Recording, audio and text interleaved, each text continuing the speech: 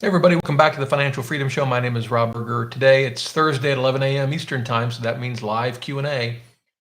So for those folks in the chat, appreciate a thumbs up if you can see and hear me. And while I'm waiting for that, a couple of housekeeping items. I will do timestamps under the video once this thing is done. So you can, I don't know, go to the topics of your choosing.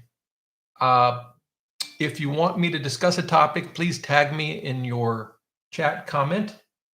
And I see Curious Mind and Fast Eddie and James all give me the thumbs up. Appreciate it. By the way, I don't know where Salty's been. He's like, MIA the last couple of weeks. He's usually first, and he lets you know. I don't know. Hope he's okay. So, so as folks start to add topics for me to talk about, again, tag me so that I can see it. While you're doing that, I thought I'd give you an update on my credit card rewards that I invest and the somewhat newish M1 Finance credit card. And I'm going to show you my screen here in a second. So M1 Finance is an advertising partner of mine, and they support the channel at least that way. I don't do any sponsored videos for anyone. I've been asked. It's not that there's a problem with the sponsored video, but it's just like it's a hassle. You got to negotiate. How much is it going to be for what? And I would never do a deal where they controlled the content, but it's just, I don't know. It's just a hassle. So I don't do it. What was I going to say? Oh yeah. They wanted me to do an unboxing of their credit card. And I'm like, well, first of all, I don't have the credit card. I don't plan to get it. I do think it's a reasonable card for some people. I'll show you why in a minute. But I said, what exactly am I unboxing? They said, well, it'll be like a fake, card. It won't be real, but it'll look like the card. And I'm thinking, I just don't think the crew at the folks watching, I don't know. I just don't think they're going to get into an unboxing of a credit card. I forget what they were going to pay me. They did this for a lot of social media people. I just said, no, thank you. In any event, nice people. I like the folks I talked to at M1 Finance. Anyway, let me show you my credit card rewards. So for those new to this, I invest all of our credit card rewards. So the way I do it is I just take all of our rewards, take them to cash, and put them. I had them, I think, just at Vanguard or I don't remember where I had them. But you can see as of April of last year, I moved them over to M1 Finance. The total now almost 35 grand. I'm pretty happy with that. Look at this. I've even generated almost $350 in dividends. When you click the view, I got all excited. I thought, well, maybe it'll give me sort of a line item for each date that I received a dividend and how much. No, it's just the same number on a different screen. Anywho, and the way I've invested it so far is just split between two banks. And I did that because at the time I thought they were pretty well undervalued. I still like the investments. But I do want to add to this pie. I just haven't decided what company yet. So anyway, that's kind of what we're doing. And I just take the cash back that we get each month and deposit it. In fact, I just deposited a few $100 this morning. And it just adds up. I mean, the main reason I did this was just to kind of demonstrate the power of investing small amounts of money over time. So I don't know if this resonates with anyone. I get hundreds and thousands of emails. I've only had one person so far say, that's a great idea, Rob. We're doing the same thing. So I don't know. Maybe it's not a good idea. Anyway, so that's our total. So here's the M1 Finance credit card. And there's a couple of things I like about it. One thing, not so much. So here's the deal.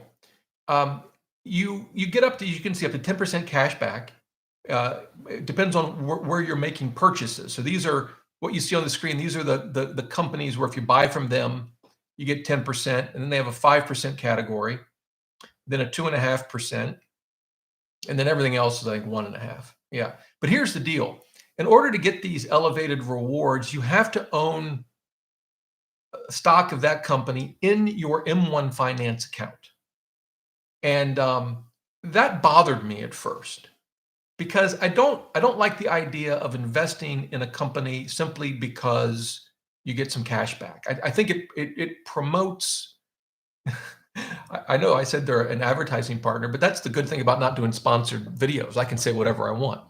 It bothers me in that it might promote an approach to investing that I don't think is sound. I don't want to invest in, I don't know, Tesla just because I'm going to get some cash back. Although 10% on a Tesla car, but here's the deal on the credit card. Your cash back rewards are capped at $200 a month. It's still not bad. It's $2,400 a year. But then I dug into the, let me see if I've got it on my screen here. Yeah. So I actually dug into the agreement for you guys. And it turns out that while you do have to own a company to get the cash back for that company, you only have to have one penny of stock in your account. So I guess that kind of alleviated some of my concerns, I suppose. The other thing is particularly for new investors, maybe this could make it fun, and there's nothing wrong with that. So at the end of the day, I'm not going to get this card, honestly, because I just don't want the hassle of dealing with another credit card. But I think it could be a good card for folks. I mean, there's a number. The way I would evaluate this is I would look at Tesla. You're going to buy one car, although you get 10%, so that would fill up your $200 for the month, and so would a Peloton, and so would a Purple mattress. I think that's what that is. But I look more the month to month, like Netflix, Spotify, Chewy, if you have pets, Chipotle, these sorts of things. And then there's Marshalls, HomeSense. I was in a HomeSense this past weekend, and it really helped define for me one of my important life goals. And that's to never go into a HomeSense ever again. Okay. But seriously, if you can generate, I don't know, even $100 a month consistently, this might make sense. And you can hold a very small amount of each store you use, that you shop at or whatever, and that's fine, I guess. One thing I'll point out back in my account, to get the card, you have to be an M1 Plus member. I am not here, although the first year is free. But this actually is not bad because to the benefits, you get a 1% APY checking account. So even at I guess you'd have 12.5 in there to pay your $125 fee. But you could almost use that as a savings account. I looked to see if there was a cap on how much you could keep in it. But this might actually be not bad for a savings account alternative. And to the extent you use their debit card, and I don't, I'm not a big debit card user. I don't like to use my bank account because I just prefer if someone's going to hack one of my cards, I'd rather them hack a credit card. But if you're a debit card user, I've studied the debit card market for 15 years. I can tell you 1% cash back on a debit card is amazing. And by the way, the reason you don't see cash back on a debit card as much as you do a credit card is because the fees that they earn are a lot less on a debit card than they are from a credit card. So in any event, I think, other things, by the way, 2% interest on borrowing, certainly you don't want to do margin investing. I think that's silly. You can trade in the afternoon as well as the morning, but that means nothing to me. Who cares? Maybe it means something to you. But this probably is the biggest feature, as far as I'm concerned, of M1 Plus, depending on how much you keep in the checking account. So anyway, that's my take. That's the sort of the update on my own credit card rewards. One other thing about the credit card, I forgot. This is actually the best feature of the credit card, in my view. The rewards get automatically invested. They go right into your M1 Finance account. Now that I do like, but there's other cards like the Fidelity Visa does that. If you have a Fidelity account, it's 2% cash back on everything. So it's not the only card that does that. That feature I actually like, but you don't need it. I just transfer my rewards over every month. So at the end of the day, there's a link below the video if you want to check out the M1 Finance credit card. I think for the right individual, could be interesting. Could be rewarding if you shop at the places that generate the higher rewards. Just keep in mind, you got to be a M1 Plus member, free for the first year, $125 after that. You do get the 1% APY checking, which ain't bad. But I'm not going to get it. There you go. Probably not going to be hired as M1 Finance's spokesperson of the year anytime soon, but that's okay. I'm okay with that. I'm looking at my hair. I don't know. Kind of getting out of control. All right, let's get to the questions. Let's see here. Philip, Rob, great work on first videos of 2022. Have you made a resolution to make more videos for 2022? It seems like you're off to a fast start. Any progress on the new investment spreadsheet? Great questions. So I am trying to do more videos, and I thought I would try it for the first month of the year and see how it goes. One of the things, there's a lot of different strategies to YouTube, and I pretty much ignore them all. And when I talk to YouTubers that have been at this longer than I am, they talk about, they'll say to me, some of the questions. So who does your thumbnails? Well, Google YouTube algorithm picks the image from the video, and it's usually me doing something like this. I don't bother. My goal is to create a video, get it published, move on. I don't want to, they say, well, hire someone to do a thumbnail. I don't want, it's a hassle. I've got to let them know what it's about. Then they've got to do it. Then I've got to like it, or ask them to, nah. Then they'll ask me, well, what time of the day do you publish it? Well, whenever it's done. I don't have a strategy. And so I don't know. I'm very happy with how the channel's doing. I got 5,000 new subscribers last 30 days, which I think is good. My goal is to get to 100. I'm at 35 or 36,000, I think. But at the end of the day, what I'm trying to do is produce content that I think will be useful to people and just get it published. I don't edit my videos, and some people do. Maybe most do. That's great. I just don't do it. The new investment spreadsheet is kind of stuck right now because I'm spending time on other things, like videos, I'm sorry to say. But I haven't given up on it. Fast Eddie says, need a withdrawal strategy. What's your favorite? Well, it's not the Bill Bengen approach. I think that's great for planning and just thinking through the whole thing, but no one lives that way. First of all, I've yet to meet someone in retirement that spends an inflation-adjusted amount that's the same every year through retirement. Just doesn't happen. And I also want the ability to know if things are going wrong. I want the canary in the coal mine. I want the canary. Well, maybe I shouldn't talk about a canary. I don't want the canary to drop over dead. But I want some red flag if things are going wrong. Now, if I'm being totally transparent, in my case, we're okay because we're not going to come anywhere near 4%. I mean, even if and we're not at the moment, but even if we were living off of our investments, we would probably spend, I don't know, 2%. So I don't really have to worry about a withdrawal strategy. If I did, I would probably start somewhere between 4 and 5, but I would put guardrails on it. That would be my preferred approach, where I would never take out more than, I would do the math for what we needed that year. But if it went over 6% of my portfolio, I'd probably try to cut it back. If it was less than 4% and I thought we could use more money, I might be willing to spend it. But I'd probably use the guardrail approach. And I think the retirement calculator I showed you guys last week, I think has the guardrail approach. Let me just see if I can remember. Here it is. I'll pull it up. Let's see if it has the guardrail approach. Constant and dollar, dynamic. So a guardrail approach would be dynamic, but let me just see. Endowment. So endowment, by the way, let's just walk through some of these. Endowment strategy. So you think of an endowment like the Yale endowment. They don't have an end date, right? They want it to last forever. And they've got to balance promoting and funding current research and current work. They don't want to underfund that. But then they also don't want to spend so much they don't have money for later years. So there's an endowment strategy, and you can, you can look at, there's an endowment withdrawal strategy. You can focus on, that's what this is. Guyton Klinger, and you see there's all kinds of information you have to put in, and it has guardrails, but these are two individuals that have done that. I have absolutely no idea what the 95% withdrawal rate is. I'll have to look at that. I haven't seen that, or 95% rule. Anyway, I don't know what the Vanguard dynamic spending rule is either. I'll have to look at some of these, but I think it would just be dynamic. But this is not quite how I would set it up. I would do these as percentages. So I'm not sure. I'll have to take a better look at that calculator. But I would use guardrails probably. Ankit, thank you for the nice comments. Appreciate it. Okay.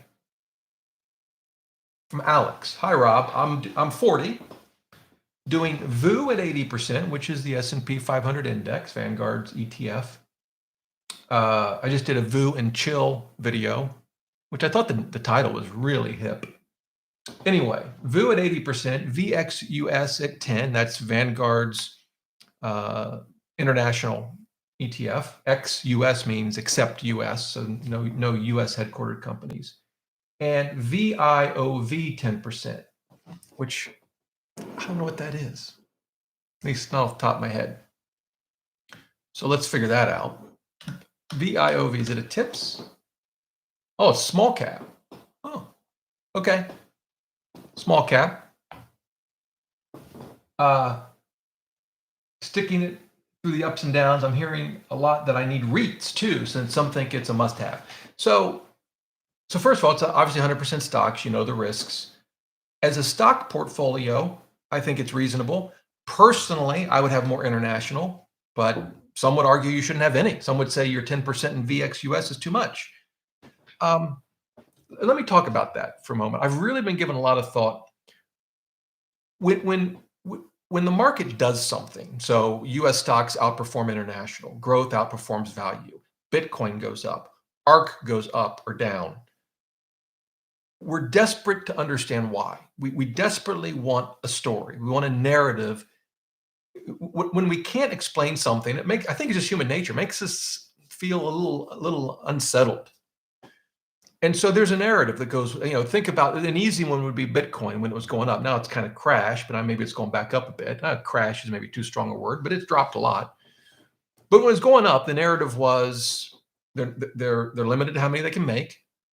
They're mine, 21 million, and a lot of them are already lost for good. It can't be inflated. You don't have a printing press like the U.S. government and other central banks where they can just print, and eventually, as maybe we're seeing now, cause inflation. And there's no middleman, right? You don't need Citibank or Chase or the Fed. You can, peer-to-peer individuals can do business, can transact. And in fact, in countries where they don't have banking systems like we do, we've seen where it can be very useful, right? And so and then institutional buy-in. More institutions are buying Bitcoin. And so the thing about that narrative, and I think any narrative, we could run through the narrative of growth stocks and technology and its future, electronic cars, and that narrative. The thing about the narrative, and by the way, to your question, Alex, same thing with international stocks. Well, why do U.S. stocks, why have they done better? We look at our regulatory environment. The free market's the best in the world, I don't know about infrastructure. I don't know how good our infrastructure is, but we have a narrative explaining this.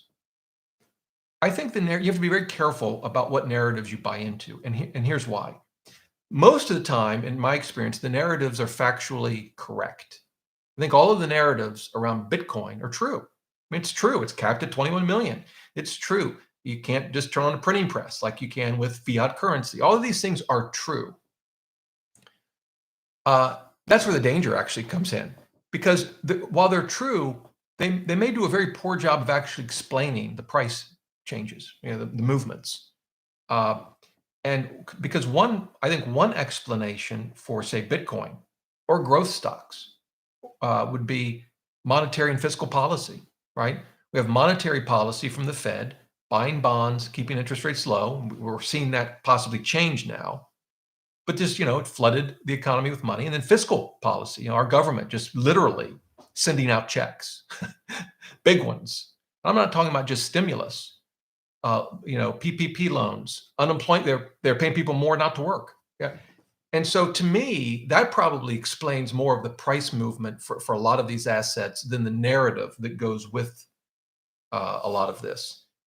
You have to decide for yourself what explains it, if you even care. I think there's, one approach is don't even bother caring. But my point in all of that is, yeah, U.S. stocks have outperformed international, but I'm not sure that's going to happen again over the next 30 years.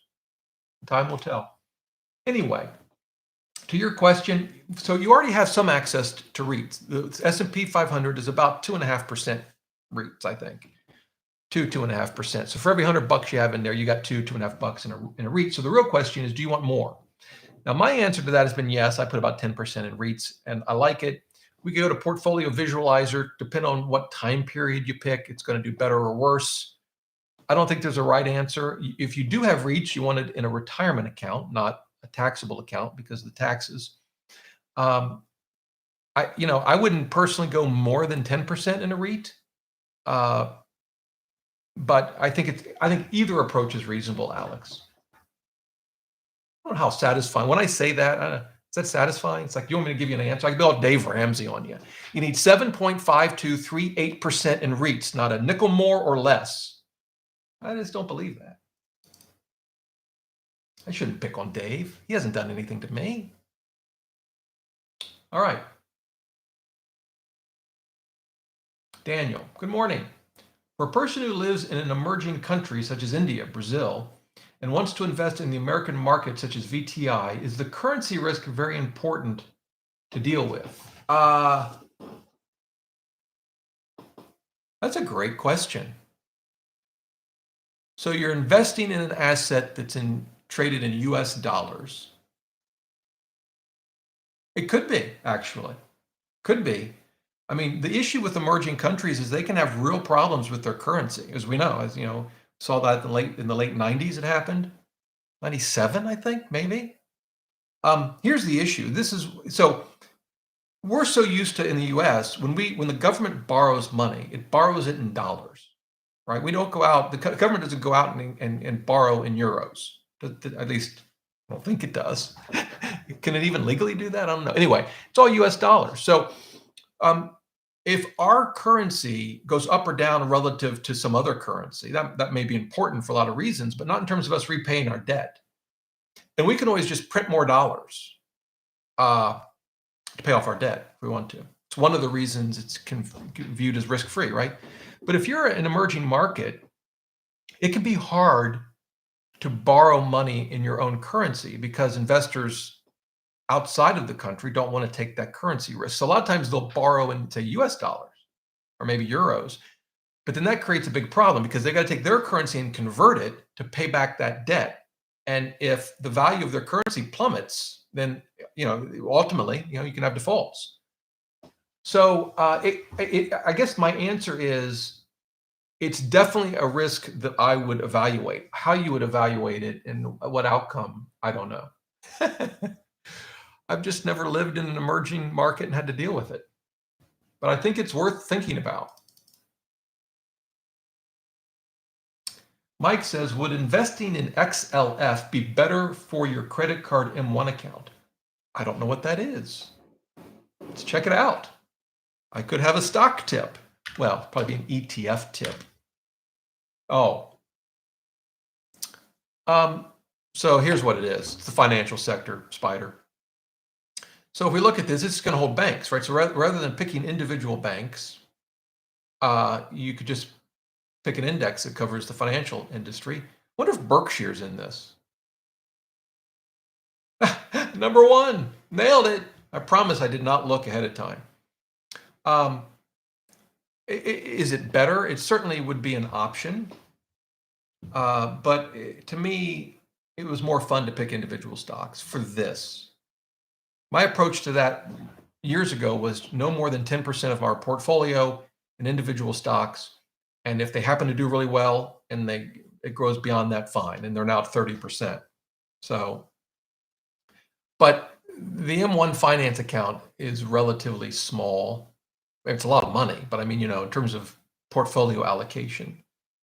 So, but certainly an option. Yeah. If you want to bet, I think it's a good idea. If you're trying to, for some relatively small portion of your portfolio, you want to bet on a sector. To me, I would always pick the out of favor sector, whatever's not doing well for whatever reason. That's basically, and I'm going to do a video on how I pick individual stocks. One of the reasons I've been it hasn't been published yet, is I'm trying to think of something smart to say because I don't have any screeners. I don't use any tools. I don't have, you got to do these 37 steps to evaluate and ask these 14 questions and then do a cash flow analysis. I pick solid companies, which those are easy to identify. I mean, we can just start rattling them off. Deere & Company, Microsoft, Amazon, Apple, I like UPS and FedEx. To me, these are all solid companies. That's the easy part. The hard part is waiting and buying them at a good price. And you have to do that either when the whole market just craters, think COVID, or or the sector goes down for a reason. That's easy, I think. Like the financial sector, it was really bad a year ago. Bad in the sense of prices were low. I bought Bank of America and Wells Fargo below book value. And so my only thought was, well, I guess my risk is one of them goes belly up. I don't think that's likely. And then I just wait. I had no idea they would do so well so quickly. I thought I might have to wait 5 or 10 years, but it seemed like an easy sort of approach to take. You can bet on an individual company that's suffering for some reason. I don't like turnaround situations. So the suffering has to be something other than it's not doing well. And that can be tricky. For me, that was Apple. They took a beating in 2013, but I thought for silly reasons, they were still a cash cow. So that's kind of what I look for. Anyway, so to answer your question, you could do an ETF on a sector. Yeah. Well, it wasn't, I just wanted to pick individual stocks. It's kind of fun.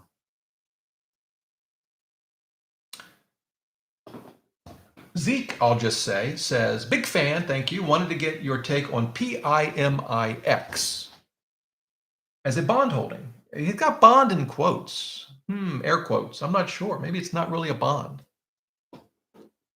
PIMCO, I don't know what that is. We'll see. Interesting track record when viewed via portfolio visualizer, especially if you go back to start 2007. Seems quite resilient. Well, let's check her out. Let's see here. PIMIX. I have no idea what that is. That can't be right. That's just PI. Let me search. I got the ticker right? I don't think that's what you got in mind. Hang on. Is it an L? PIMIX. What is that? PIMCO. Why is it not coming up in Morningstar? Hang on. I must have mistyped it, but here it is. So, well, it's got a nice fat yield. That actually is my first warning sign. Wow, how is it producing 4% unless it's a REIT or like AT&T until they cut their dividend, which is actually, I think, higher than 4% right now. Anywho, expense ratio, 62 bips. So that tells me it's active, right? And as active, that's actually inexpensive, but still at 62 basis points. Short duration. So let's try to figure this out before we look at the portfolio. It's got an effective duration of 1.75 years, but a 4% yield. So is it using leverage or maybe a call strategy? I don't know. Or really risky debt? I'm not sure. Income. Or it's just, well, I don't know what this is. We're going to find out. But it is fixed income. Nothing lit up here on the box. Nothing here. Government, securitized, and other. It only has 25 holdings. I have no idea what any of that means. All right, hang on. Got to go to another screen, figure this thing out. I think you guys do this just to stump me. I know. We'll ask him about this fund. He won't know this one. Oh, you're right. I don't. Income fund. Here we go. Targets high, consistent income. Well, who doesn't like that? Let me make this bigger.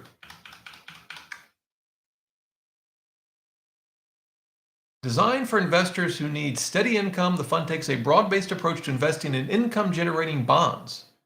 It employs our vast, not just analytical capabilities, anyone can have those. These are vast analytical capabilities and sector expertise to help temper the risks of income investing.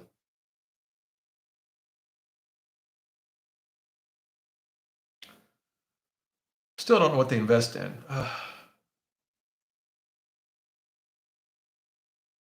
That's their benchmark, which is pretty standard for bond fund, right? I think. All right. Here we go. Maybe this will tell us something.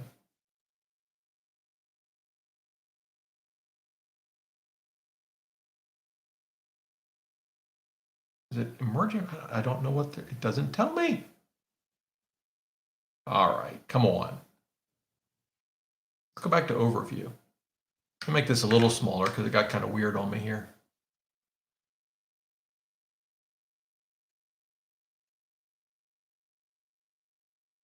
I may have to do some research on this because I'm not getting clarity on what this does. I'm sure some of you know. You've probably already answered it in the chat, but I'm looking at this and I've already spent more time than I want to on it. Well, I'm gonna have to get back to you. I have no idea what it does or how it does it. So there you go. One of the most important answers you can give to a question is, I don't know. I wish more people, like on the finance shows. So what do you think the market's going to do in 2022? The answer should be, I don't know. Anyway, so Zeke, I'll come back to that maybe next week. I'll have to do some research. I'll have to read I guess I'll have to read their prospectus. It's awful. Okay, Dan, for an inherited IRA with something in 10 years, should a new, so I think what he means is when you inherit an IRA and you're not the spouse, the new law is you got to take your money out within 10 years. And of course it gets taxed, assuming it's, traditional.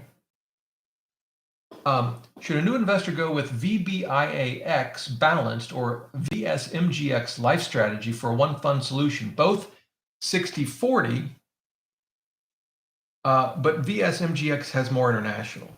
Well, first of all, here's how I would think through this. First thing I would say is forget when I have to take the money out. What do I want to invest this money for? Let's assume it's retirement. All right. How long until not until I take it out of the inherited IRA, but till I have to spend it, right? And then, so what does that mean? Here's my rules of thumb. And I did a video on stock bond allocation by age, and I don't even remember what I said in that video. I'm sure it's roughly consistent with what I'm going to say now. This is my approach. If I have more than 20 years before I need to spend the money, 90/10, that's my approach. Some will say 100%, fine, 100% stocks. Some will say 80/20. I'm not going to argue. All reasonable. For me, it's 90/10. When I get to the 20-year mark, I'm going to start shifting from 90/10 to 80/20 over the next 10 years. I don't know how I do it. I don't really care. I'd come up with a plan, but could be with just through new contributions. Of course, if I have taxable accounts, I'm going to try to minimize the tax hit.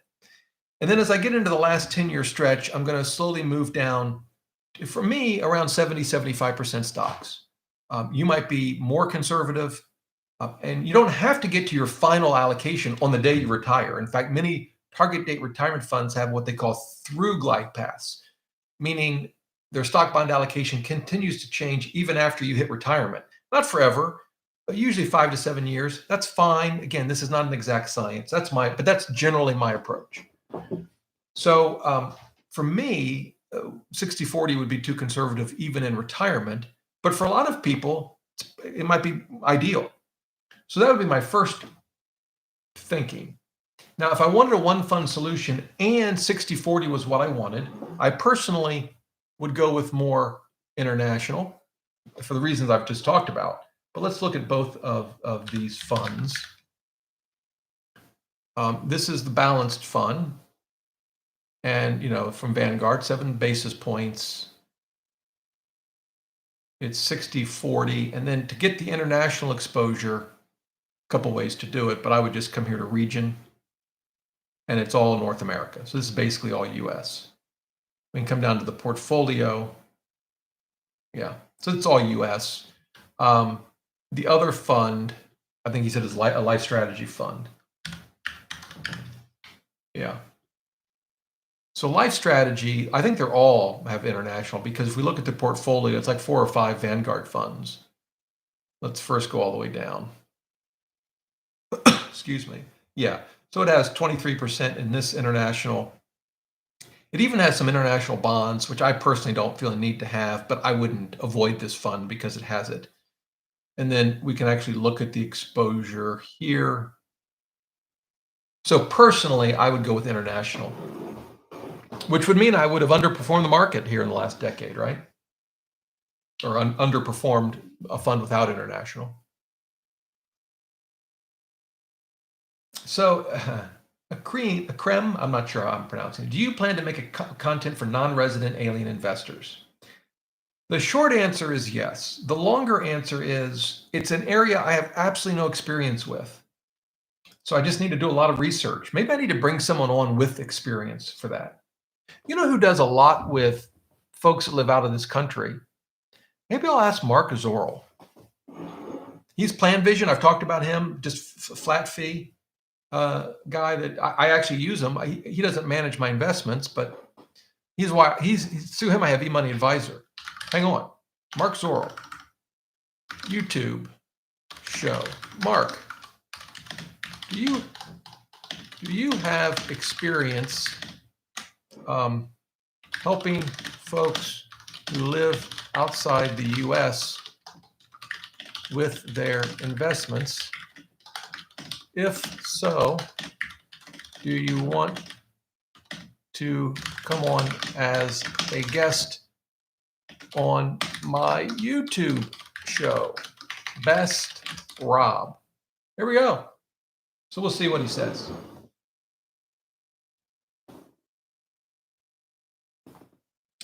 Vinyl says in credit card rewards, you are subsidized by those paying 28% interest. Yeah, it's probably true.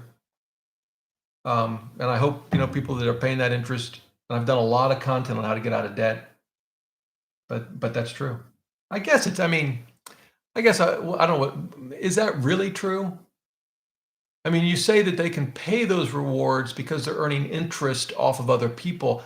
I suppose they're also getting interchange fees. So even if I got a credit card with no rewards, prices are higher. So maybe I'm being subsidized by people who pay cash or use a debit card. I don't know. RMB.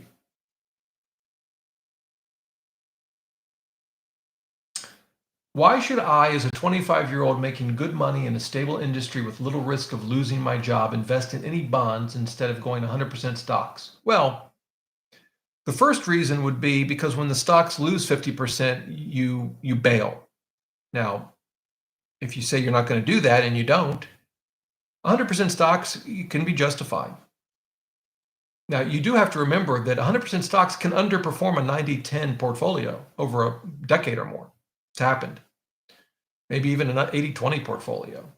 So you also have to be prepared just to underperform a portfolio with, say, a small amount of bonds. But long term, history tells us the stocks will outperform.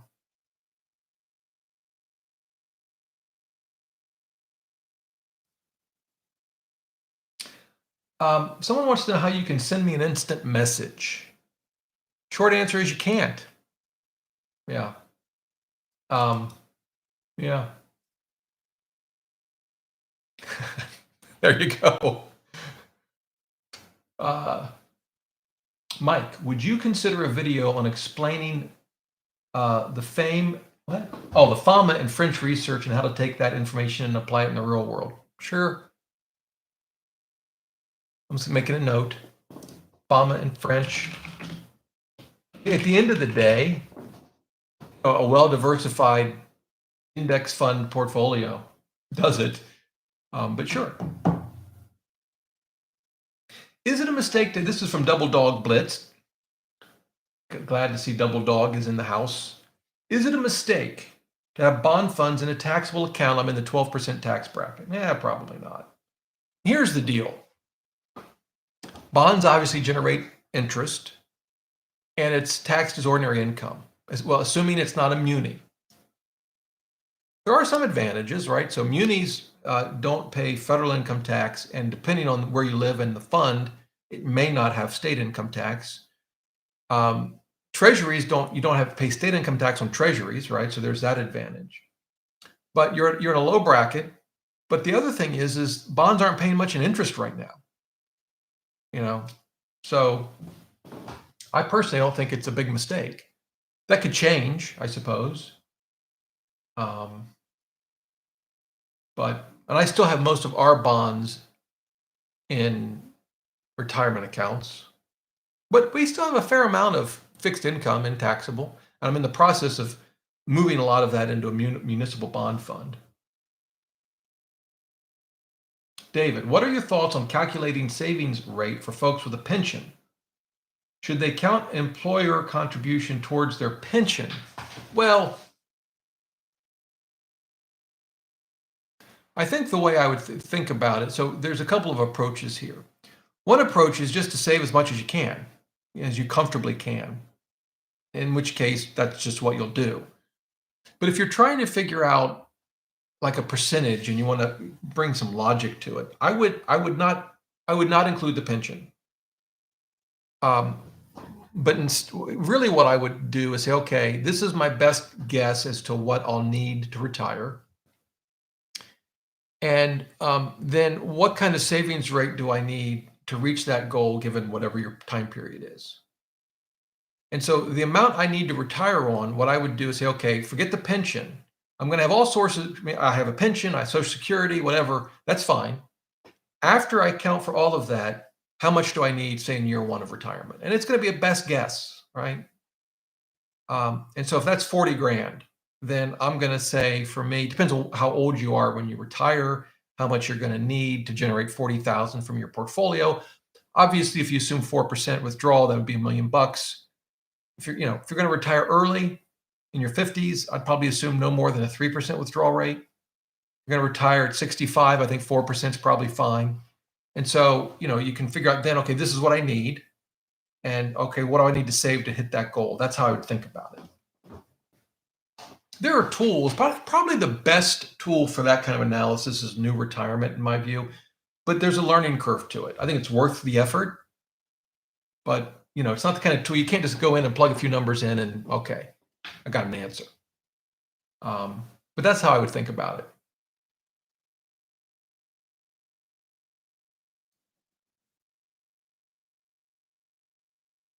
Neil says, in terms of my thumbnail, you could always put in there, we are doomed, or the market is crashing in your thumbnails as clickbait. So I did experiment with thumbnails a little bit, but I just decided I don't like the face and the 0.7 stocks you've got to buy now. It's not who I am.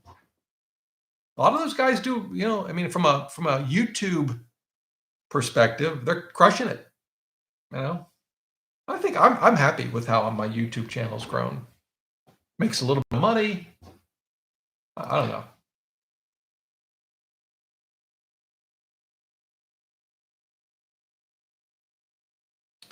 Scott says, how does short-term stock loss work in regard to taxes? Is the total loss deducted from net taxable income? Oh, good question. And so let me first say I'm not a tax expert, and I did not sleep at a Holiday Inn Express yesterday, if you even know. That commercial is kind of old by now, isn't it? Anyway, so you need to consult with someone who knows what they're talking about, but I will give you my understanding. So this is a short-term capital loss. Gets first, you can use it to first deduct any short-term capital gains, and then you can use it to deduct to offset any long-term capital gains, and then you can use it to offset $3,000 worth of other taxable income, and that's it. If you have even more capital, short-term capital losses, it carries over to the next year. I'm pretty sure that's how it works, but trust me, if I'm wrong, the chat will let you know. Jay says, Happy New Year. Right back at you. Thank you. By the way, I was ready to shut down the market after 2 days. My bank stocks were up like 10% in 2 days. Well, how are they doing today? Let's look it up. Let me show you this. Here we go. This happens a lot with my portfolio. This, by the way, is not my portfolio. I have most of the stuff here I don't own. I don't know how well you can actually see that. Can I move this over? No. But you'll notice here's Apple, and it's off 1% today. That is a company that I own. And then Berkshire's up. I track the A and the B, but I own B. Bank of America's up, and Wells Fargo's up. And that happens a lot, I've noticed, where Apple's up, these are down, Apple's down, these are up. And they are. This is a growth tech company. that can go down with that kind of investment, and go up with with that kind of investment. And Berkshire, banks, they're kind of the old, stodgy value kind of investment. What's the Well, that says a PE of 8. That's not right. Well, this one's 0.01. I don't know how they're calculating their PE or what's that based on, but in any event, sort of value kind of companies. And so I've noticed that when one zigs, the other zags, and I kind of like that. It's funny, in some odd ways, I almost think my individual stocks better diversify, make me more diverse. But that's probably wrong.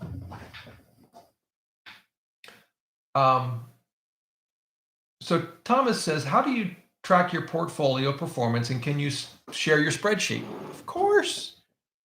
For you guys, anything. So let me first show you. I track my portfolio. My main way to track it is personal capital, and I'll show you what that looks like. This is a demo account. This is not my account. Although this is my M1 Finance account linked to this, but everything else is just made up.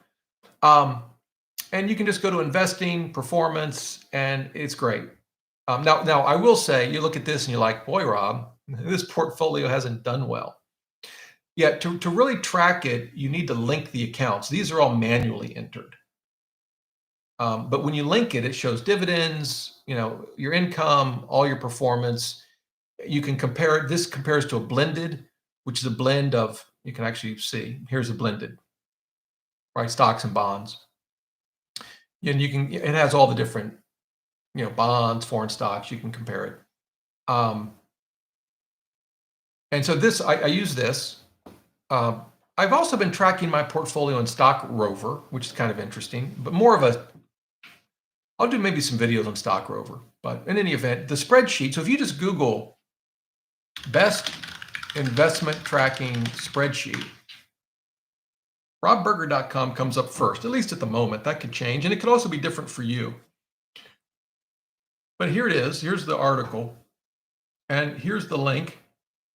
If you click it, well, let's see what happens, see if it works.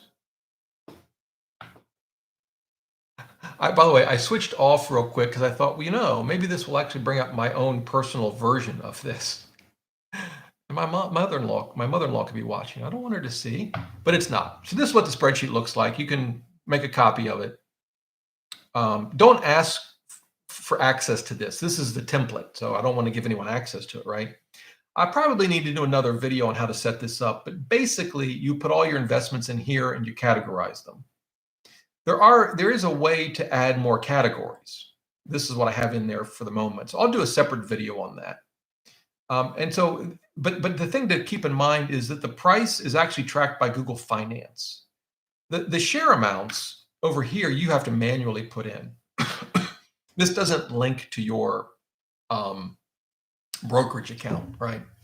But it does pull the prices from Google Finance. It pulls the expense ratios, if it's a ETF or fund. And then over an asset class, this just sort of aggregates all the data from the other page, and you can put in here your target allocation, and then based on that, it calculates your actual, and then if there's a difference, it highlights it and says, what you need to do. I think it's pretty good. So yeah, you got that. So I use that as well. So mainly for me, it's mainly that spreadsheet and personal capital.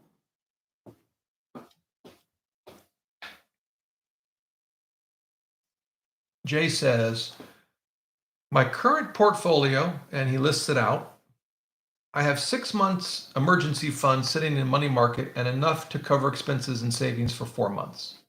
That's good. I'm not sure what to make of it. The portfolio, we'll go through them real quick. 65% is in a Schwab fund, SCHG. What's that? Oh, just large. Oh, it's large cap growth. So you're tilting towards growth. All right. To me, that's risky.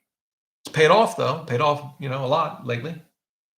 Putting 65%. So I like to tilt my portfolio, but I would probably have like the core of it in like total market or S&P. And then maybe if I'm a big believer in growth, I would tilt maybe 10% to growth. I would be more like the Schwab dividend fund and tilt with value. And I might have 10% in a small or small cap value. But 65% in growth, that just, to me, that would be, for me, that's too much. But it's just me. And then you have 20% TLT. This is 20-year Treasury. That's long term. That would scare me too. It's a long-term bond fund. We can pull it up. Duration's probably 14 years, I'm going to guess. Am I anywhere close? I don't know. Where's the duration? Where do we find the duration? Oh, I'm not even close. 19. I know it says 20 plus, but I still thought the duration would be lower.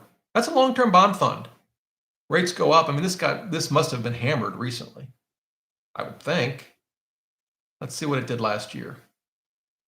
I don't know. I shouldn't say hammered. It lost 4.6%. It's not hammered. It's lost 3.5% already this year. It's only January 6th. And the yields are going up. I saw the 10-year Treasury hit like 1.7. Maybe it's higher now. I don't know. Okay. And then 7.5 in IEF. What is that? Oh, okay. Intermediate term bond fund. That's fine. 3.75% in GSG. Commodity. Okay. I'm not a big fan of commodity funds, but I can't fault that. And a lot of people do that. And then you got three in.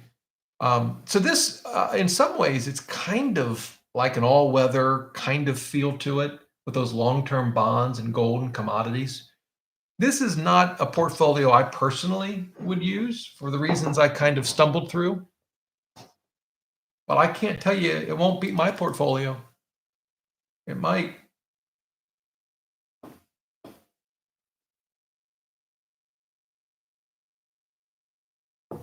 Oh, I see. Okay. He's giving me more detail about like what's going on. You may have to take some money out.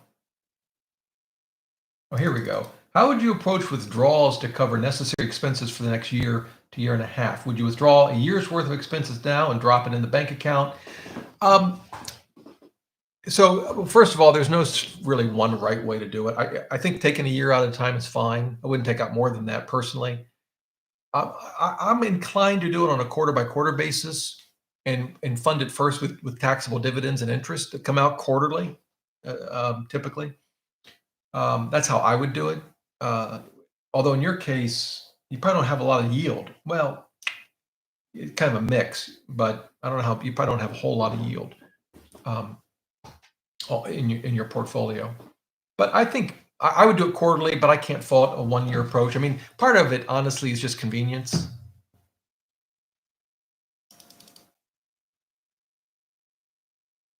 All right. Charles asks, what are your thoughts on the below? I feel as though a simple VT, which is a Vanguard all-world stock index fund, it's roughly, I think it's 60% US stocks. I should know this. Yeah. VT and VTUX. So VTUX.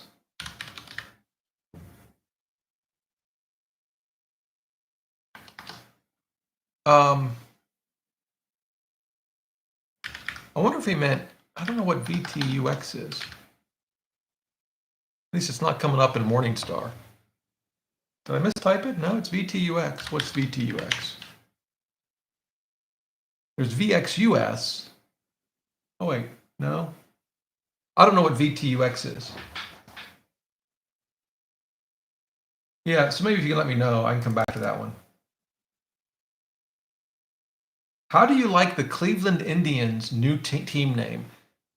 I feel like Sherlock Holmes, or maybe a dumb version of Sherlock Holmes, who didn't know the Earth revolved around the sun. I think that's what he didn't know. Because I have no idea what their new team name is.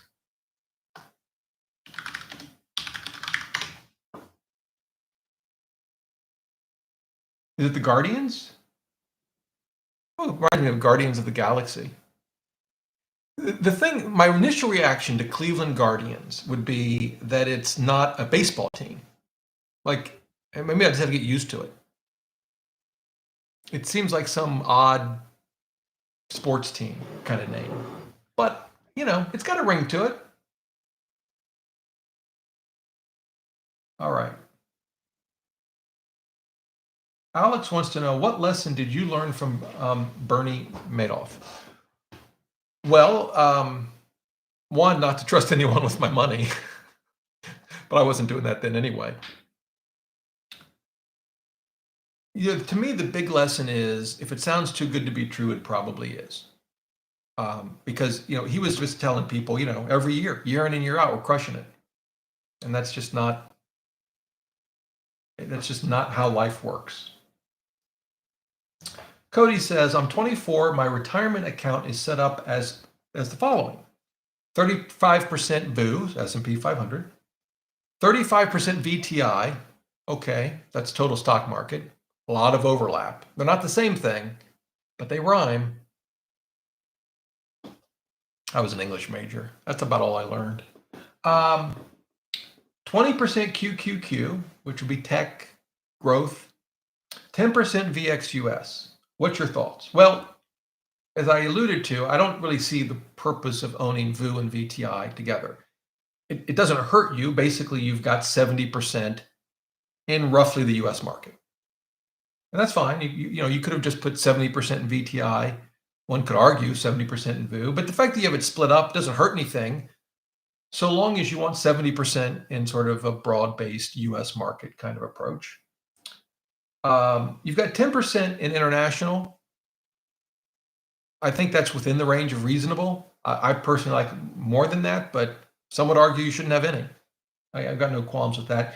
You've got 20% in QQQ. So first of all, obviously, you know, you're young, 100% stocks. You just got to recognize, you know, if you keep that portfolio, my hunch is, you know, it's a pretty good bet you'll lose 50% in a given year in the next 10 to 20 years. So you just got to be prepared for that. QQQ, I mean, it's had a good run, but I just can't help but wonder if it's going to have a rough patch. Time will tell. I'm looking at its performance. So it basically was in line with the US, with the S&P 500 last year. The S&P was a little higher, 28 with dividends, I think. It's lost 3% this year. Have you guys seen ARK? ARK is just like taking a nosedive. It's up a little bit today, but it's at 87 bucks. I don't know what's going on there.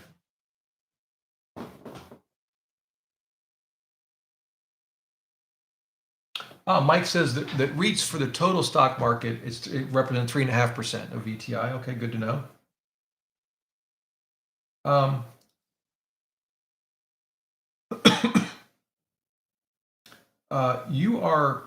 Why are you, asks, why do all the lazy portfolio setups seem to suggest between 5 and 15% in REITs? And why wouldn't you go more than 10%? I guess just at 10%, you think you get the added diversification. Exactly. So here's the thing.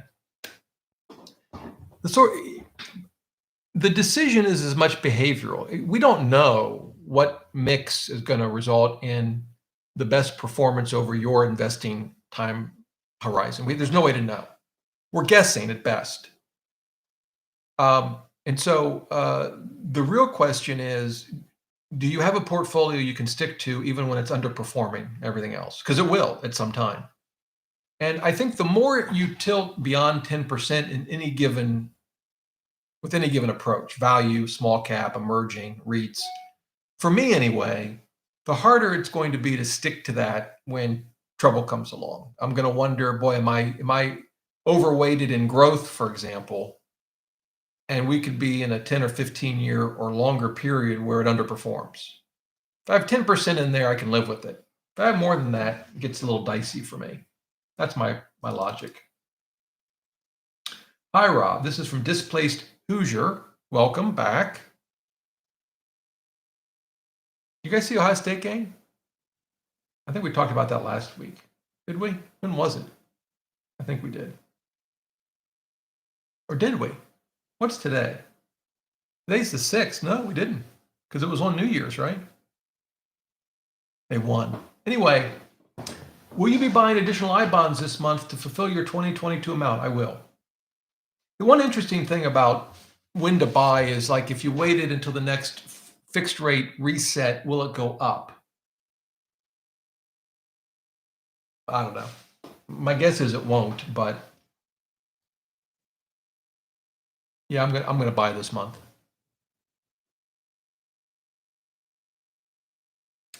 So the Walrus wants to know, for non-U.S. residents, how much consideration should we take on withholding tax on dividends, such as the VU dividend? Concentrate on capital gains and think of dividends as a bonus? Well, I don't know what the non-U.S. resident issue would be. I mean, there might be different tax consequences that I don't know about.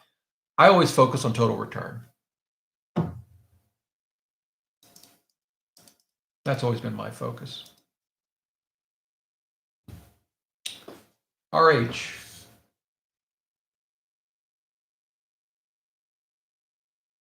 Okay. I think what the comment's saying that they have 70-30 split in their IRA, and they're wondering, should they sell 100,000 in VTSX total market to move it over to VSIGX, which I assume is, I don't know what that is.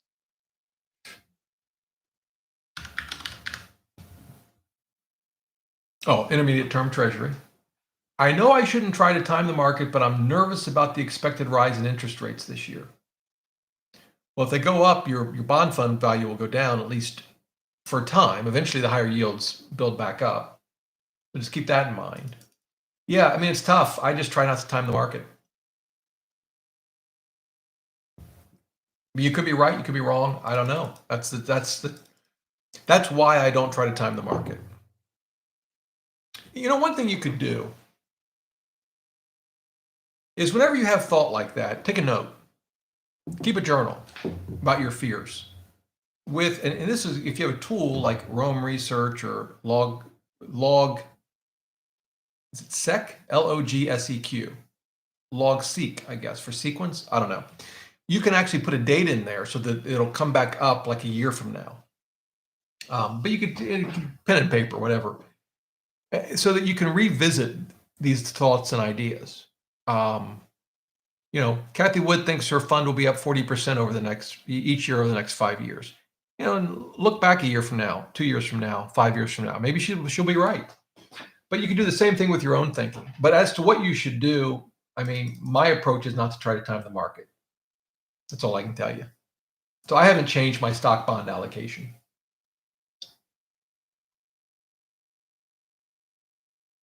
Scott, thoughts on retiring baby boomers flooding the markets with capital for the next 10 years? No one is speaking on this issue.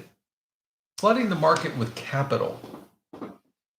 You mean they're retiring and they're spending money? I mean, one concern was as people retire, they'll take their money out of the market to spend it, and therefore it'll bring the market down. Because I've heard that kind of thinking. I do think a country's sort of overall demographic, you know, look at Japan, can have pretty significant effects on the country and the economy. You know, the concern that I have is we've moved from a country where a lot of people sort of contribute, a large tax base, a lot of workers compared to retired folks, and that's changing. Half the country doesn't even pay taxes. And the other half actually get net money back. Not all of them, of course, but, you know, I mean, and then we have more and more people retiring. It's just going to create a strain on our finances. How that plays out, I don't know. But in terms of baby boomers flooding the markets with capital, I mean, buying things, it's certainly true. I think I've read that 10,000 people retire a day, and that's the number. But I don't really have a thought as to like how that's going to affect investing. Yeah.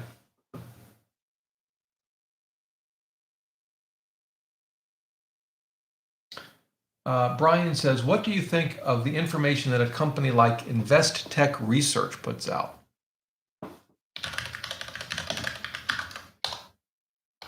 Let's check them out. You can tell I don't know. Here they are.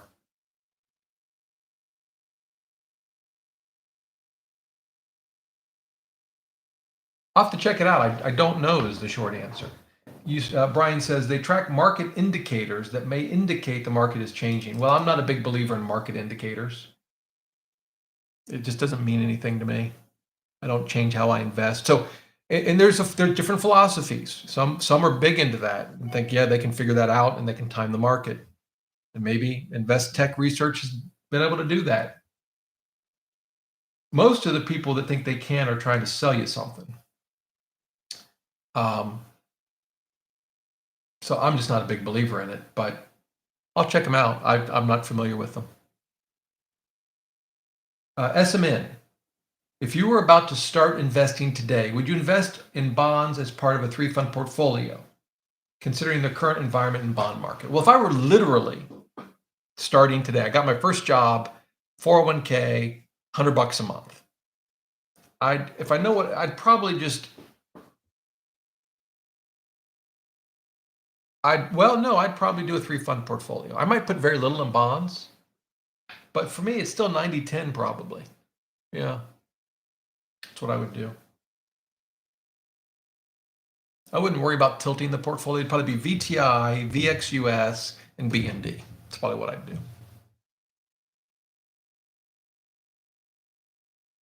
Any advice, this is from Joe, any advice on drawdown strategies for those of us who have only traditional retirement accounts, pensions, and brokerage accounts? Do you take money out monthly, quarterly? Thanks. Well, we kind of just talked about this. I'm just trying to think if the account types matter. I thought what you were going to ask me is which accounts to take out of first. So you've got a pension, so that comes to you. So you've got retirement and brokerage. Again, I would do quarterly. That's just my approach. I wouldn't do monthly, I don't think. Just a hassle. Although it depends where the money is. I guess because one thing to think about is where you keep your assets when you retire. Because cash management becomes important. I suppose one approach would be to simply transfer it over to wherever you bank every month or quarter or year. But a lot of the brokerages now think Fidelity, Schwab, I'm sure there are others, not Vanguard, but have good cash management. They have a debit card, check writing. You can get check writing from Vanguard. They don't have a debit card. They have online bill pay. Now, you still have to move the money out of like your investment accounts, like out of a ETF or wherever you have your money, and put it into their cash account. So I guess your question, I guess even if you did that, this question would still be, how often would you do that? I would probably, again, I would do it quarterly. I wouldn't do it monthly unless, in addition to that, I had a cushion, because I don't want to spend my cash account wherever it is, at a bank, broker, to zero. I want probably at least 3 months of expenses just for a cushion. So if you have that and you want to do it monthly, you can. It's just, once a month, you've got to go in and sell and figure out what you want to sell. To me, it's just probably easier to do it quarterly. That would be the most frequent I would do it. Okay. Sridhar, I'm sure I'm badly pronouncing that. When you use the term portfolio to explain percentage allocations, do you include all your net worth or exclude certain components like primary home, real estate alternatives? Great question. I just mean our investable assets. I don't think about it in terms of my home. Now, if I owned real estate as an investment, that would be factored in. I probably wouldn't own REITs. Maybe, I don't know if I would.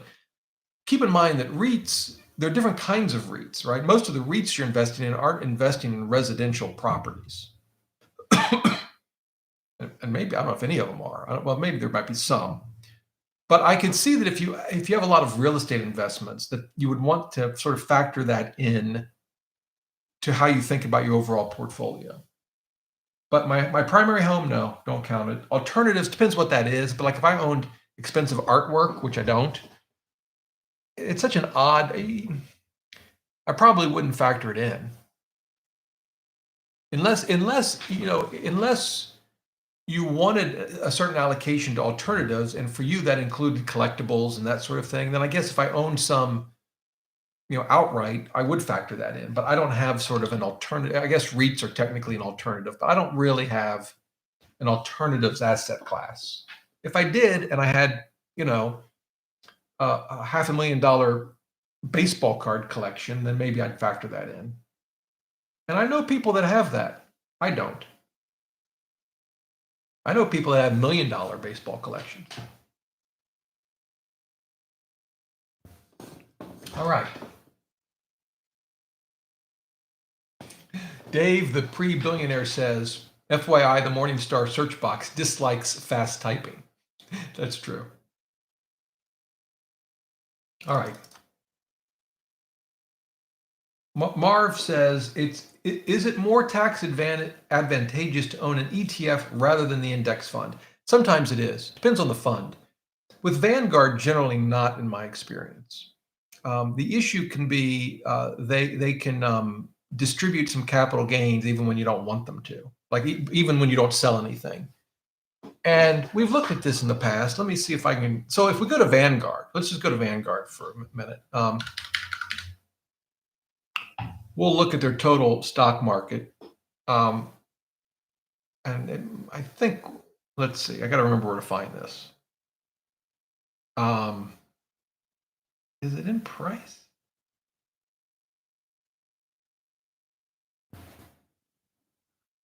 Why can't I remember?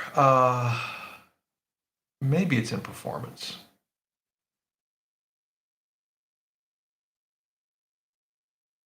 It might be easier for me to find this with the ETF version. But I'm annoyed that I can't find this faster. I should know this.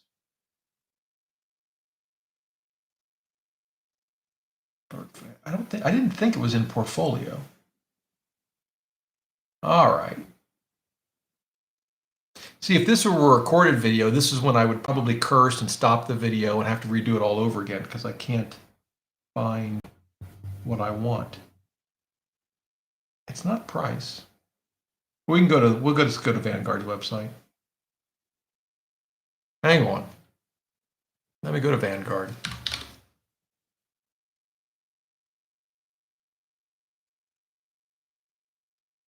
Should be here. Distributions. So they're all dividends, right? Now this is over the last couple of years. In other words, there's no capital gains being distributed. So if we compare that, let's go to Fidelity Total Market Index Fund, FSKAX. And was I? Yeah, I was at VTSAX, right? Was I at VTSAX? Oh, I was looking at their ETF. That doesn't matter. We'll go back. They're just distributions for their. So now we're looking at the mutual funds. No capital gains, right? You see that? I don't know how well you can see that. Let's make it a little bigger, right? It's all dividends. So now if we go back to Fidelity Total Market Index, they could have some capital gains. I think Fidelity's figured this out too, but what you want to look for is distributions.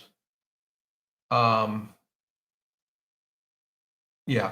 So here's their dividends, right? So we expect the dividends. Capital gains history. So they actually distributed some capital gains, but the most recent one was a couple years ago. I mean, I can't guarantee you that they won't distribute more in the future. Be a question for Fidelity. Vanguard figured out a way to do this. I even think they patented it. But let me go to Schwab Total Market Index Fund, because I don't think Schwab is quite as on top of this, but I could be wrong. We're going to find out if the Schwab website will work. So here it is, right? So again, we're looking for distributions. Yeah, see, they distributed some long-term capital gains. See that? And short-term. I mean, who wants that? From an index fund? Are you kidding me? It's ridiculous. So, yeah, that's crazy. So, yeah, I mean, so an ETF can be, depends. Hope that helps. Gotta love Vanguard. By the way, that doesn't mean you have to hold your assets at Vanguard. I mean, you can, don't have to. If you hold them somewhere else, here's something I learned. If you buy a Vanguard mutual fund, say on the Fidelity platform or the Schwab platform, you're going to pay a fee. I think with some of them, you don't pay a fee to sell it, but some you do. But you can buy the ETF version for free. All right. Displaced Hoosier faults on VDIGX for a recent retiree.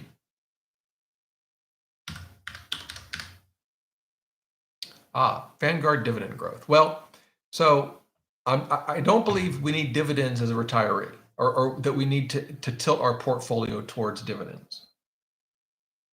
And in that sense, I may be in the minority. And it's kind of funny because there's all these YouTube channels about dividend investing. How about good company investing? That's what I'd like, or solid asset allocation investing. But this could still be a pretty good fund. So its yield is not much different. It's 1.41. I think the VTI or the S&P 500 is going to be around 1.2. So this is not like, but again, this is focused on growth, right? So not the actual yield, but companies that are growing their dividend. Which, if you're going to focus on dividends, I do think that's the approach to take. But if we look at this, I mean, I don't know, it might not even be that much different than. Well, no, it is significantly different. And is this a value? That's still a blend.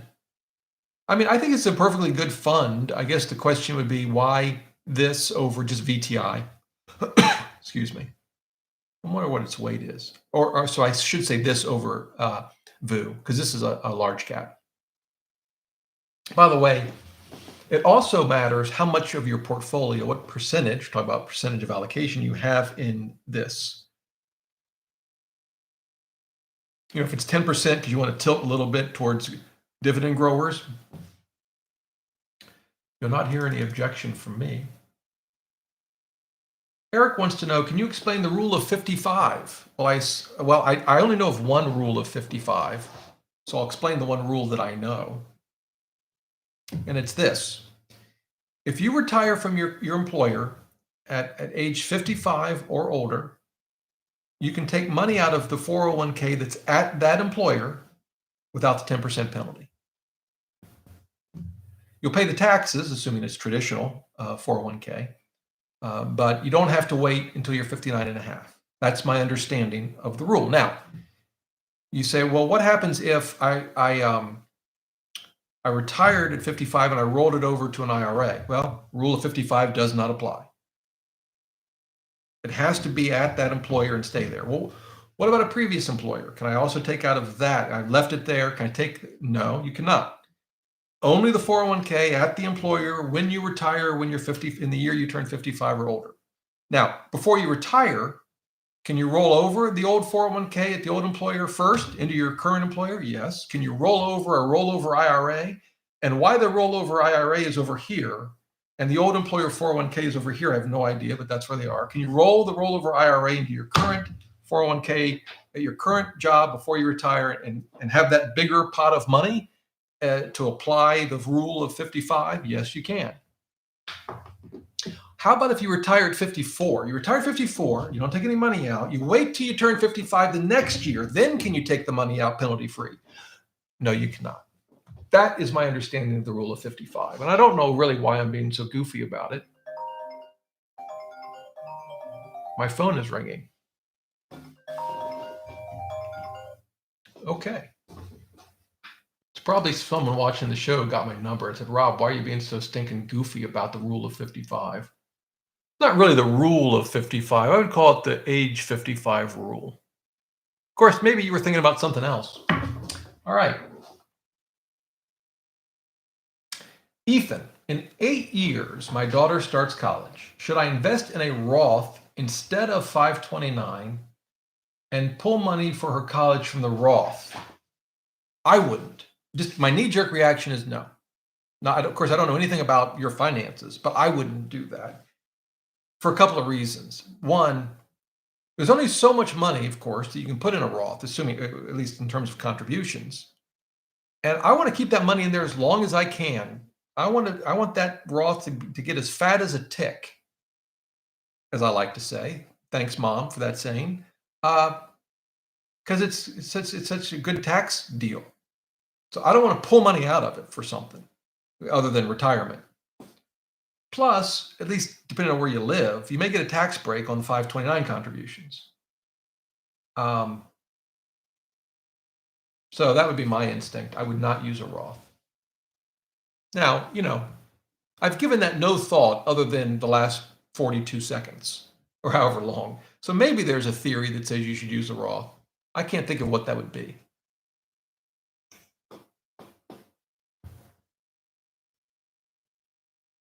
I guess one could say, well, I guess here's one theory. You could say, I'm not confident as much as I want my child to go to college. There's no guarantee. And then what do I do with the money? I can't answer that one, though. Pat says, I'm in a similar situation, sold my business and got a large amount to invest. I'm looking at the Vanguard asset allocation. I'm in Canada. VGRO, VEQT. What are your thoughts on it? Well, I don't think I'm going to be able to pull those up in Morningstar, but I can pull them up. Maybe I can, and I don't know, but let's see. I can pull them up on Vanguard.ca. I learned something new this week about not about Vanguard, about Canada. First of all, I got a quiz for you. There are only two world capitals, meaning capitals of a country, that are named after U.S. presidents. I'm guessing you know one of them. Do you know both of them? I didn't until yesterday. That's the trivia question. In terms of Canada, I did not know that we invaded Canada. It's true. War of 1812. Monroe wanted to just annex the whole thing. He's just ready to move the boundary line right up. I don't know where up. He's ready to just, take it over. Of course, he wasn't president during the War of 1812. He was Secretary of State, and he headed the Department of War. I don't think it was called the Department of Defense back then. I'm kind of glad we changed the name. Anyway, okay. I don't even know what this show's about anymore. VGR. Well, let me show you on the screen. This is VGR. It's a growth ETF. Growth. So I don't know if this is like we look in the U.S. at a growth fund where it's sort of large cap, but it tilts towards growth. If it is, you kind of know my thoughts on that. I think it's fine for part of a portfolio, but I wouldn't use it as my core. I would use more of a total market. But I don't know if that's what I want to be careful, because I don't know if that's what this is. And let me just see if I can pull this up in Morningstar. I don't think I can. Maybe because it's Canada. No, it doesn't like it. It's kind of funny to me that Morningstar doesn't cover that. Well, let's look at the fact sheet. There are ways to figure this out. We just got to dig in. Make it a little bigger. So one way you can tell, what this means. So if it's truly a growth fund, meaning so growth and value. Growth would be a company that's growing its revenue quicker than the average company, growing its profit, its cash flow, hopefully profit. So you think Tesla, Amazon, tech, right? Value would be companies that may not be growing as much, but they're solid companies, and their price, at least relative to their earnings and whatnot, it's a good deal. And they both have merit, right? It's not like one is always better than the other. Well, here we go. Allocate, this tells us right here. So 35% is just total US market. Okay. 23% is Canada. Looks like all caps. So it sounds like a total Canada fund. This is developed markets, FTSE, right? Financial Times Stock Exchange, all cap, excluding North America. 12% in a Canadian bond fund, and 5%. This looks like a pretty solid. Oh, we got more over here. Yeah, this looks like a pretty solid fund to me. I don't know why they call it growth, because this doesn't seem to me, at least based on this, to be growth. Let's see if they give us like a PE kind of thing. Although the PE on this is going to be, it's got international and all that sort of thing. So Yeah, so it's 15, but that doesn't tell us as much as you might think because, well, first of all, I have no clue what the PE of Canadian market is. So that's one. It's got international. Whoops. This developed this right here. So it's going to have a lower PE than the S&P 500. It's got emerging markets, which is going to have a lower PE. But anyway, just my gut reaction is this looks like a pretty good fund. And the other one, VEQT.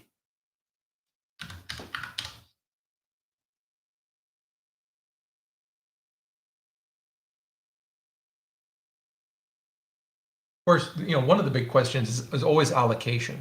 It's like asking, is salt a good ingredient for food? Yes.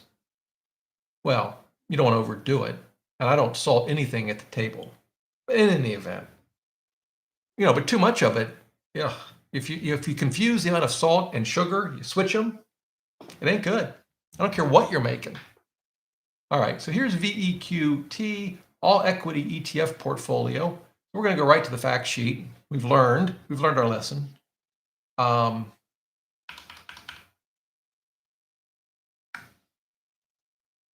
So this looks, so my reaction here is these are kind of overlapping.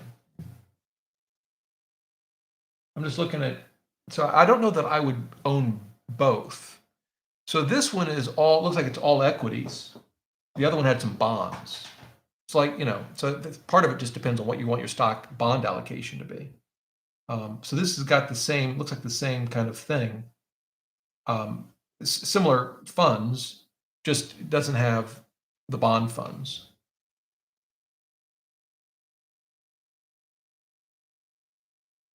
So, and I like its allocation, actually. I mean, one of the issues, there's always a home country bias. We have it big here in the United States.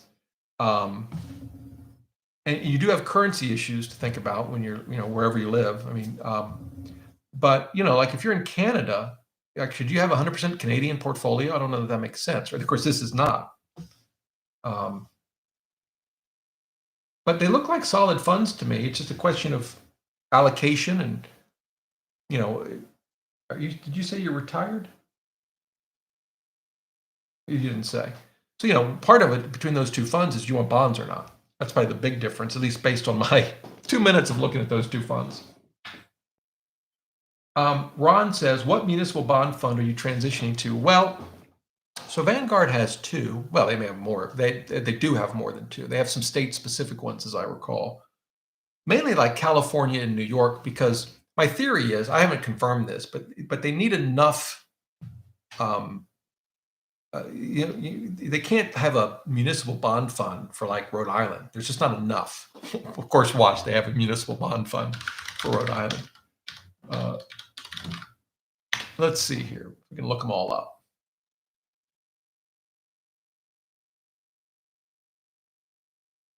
Well, the one I've been looking at, just to answer your question, is VTEB, which is this one. Duration, what's its duration? I think it's intermediate term. Yeah.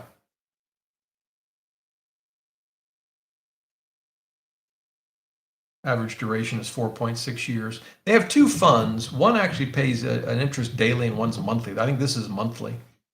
And I've read that if you're interested in tax loss harvesting, it's easier if you go with the one that pays out interest daily. I read that on the Bogleheads forum.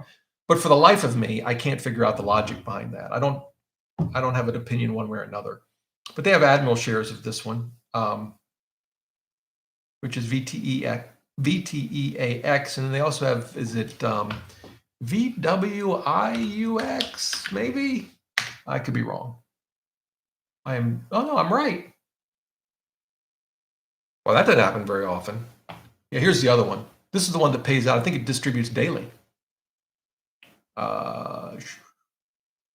Yeah, daily. Oh wait, no. It's not daily. Maybe the other one was. I got them reversed. What did I do with it? Hang on.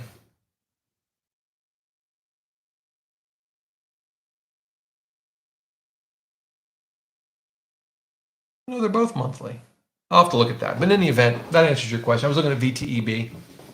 but I haven't made a decision yet. And there's reasons why, but I'll have figured that out this month.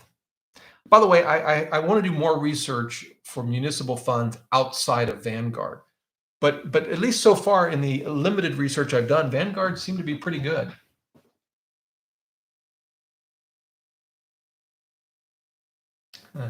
Thomas says, post-COVID-19, should I put money in international markets? Emerging markets have performed so bad during the pandemic, maybe because of vaccine inequality. Will it get better? Well, sometimes the best time to invest in a market is when it has done so bad. But I can't predict the future for you. I invest in international, including emerging, 10% in emerging markets. And I don't plan to change that. I just the added diversity. I like it. Makes me feel all warm inside. Quincy, why add more REITs when VTI already has the market weight into them? Yeah, it's just tilting one way or another. That's it. I mean, and you don't need to.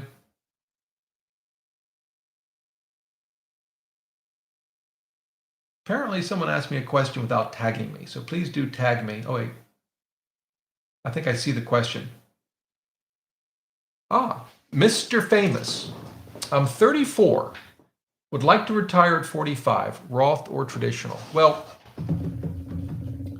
so the issue, that's a great question. The issue, one of the issues is when you retire at 45, how are you going to get access to your money? So with a Roth, you can always take out contributions, penalty, and tax-free at any time for any reason or no reason at all. With traditional, if you just pull out the money or some of it at 45, unless there's some exception that applies, of course, you'll get taxed, but you'll also pay a 10% penalty, right? That's the problem. So there are a couple of ways to deal with that. One is you can always decide to take out substantially equal periodic payments. Hang on, let me pull, here it is. There it is. Just Google substantially equal periodic payments. You'll come to the IRS site and you can get all the information you want. One of the things to note is that once you start this, you can't just decide a year later, I think that was a bad idea. But by the way, this is kind of like starting your RMDs early in a way. I think the way it works, you have to do this, and there's different ways to calculate it. Here, you see that here. There's 3 methods. One of them is the RMD method, but it's not the only. Here we go. Oh, no, this has changed from one to the next.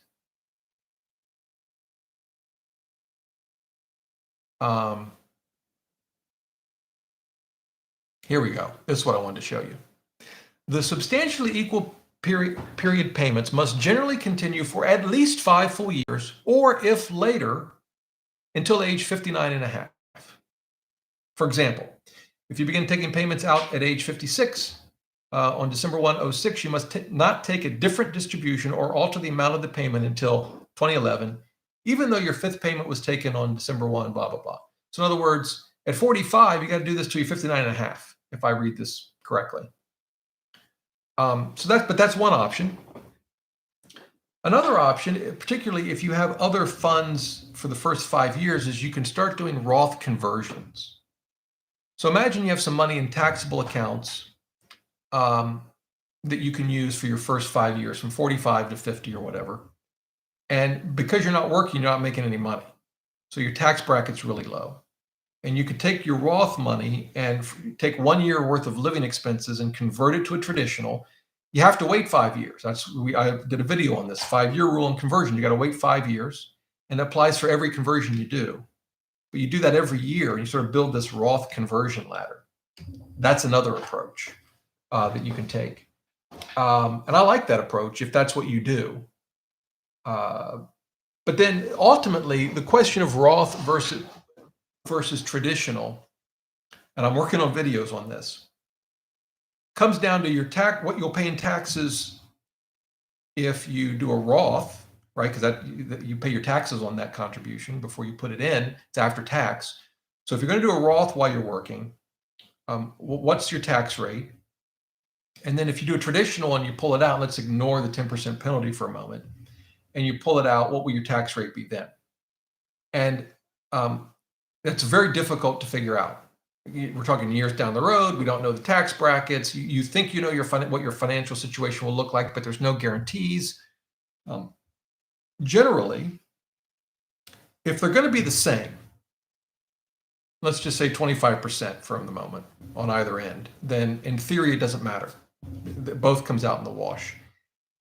If you think about it in terms of Roth conversions, should you do a Roth conversion in a given year? I'm kind of going outside now your specific question.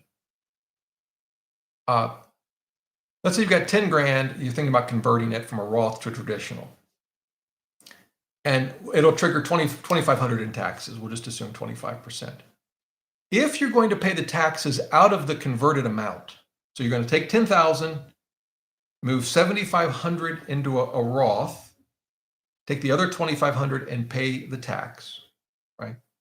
Then whether that's a good deal or not depends on, well, really two things. First of all, let's hope you're not under 59.5 and pay a penalty on the 2,500 you took out to pay the taxes. But now let's ignore the 10% penalty for a moment.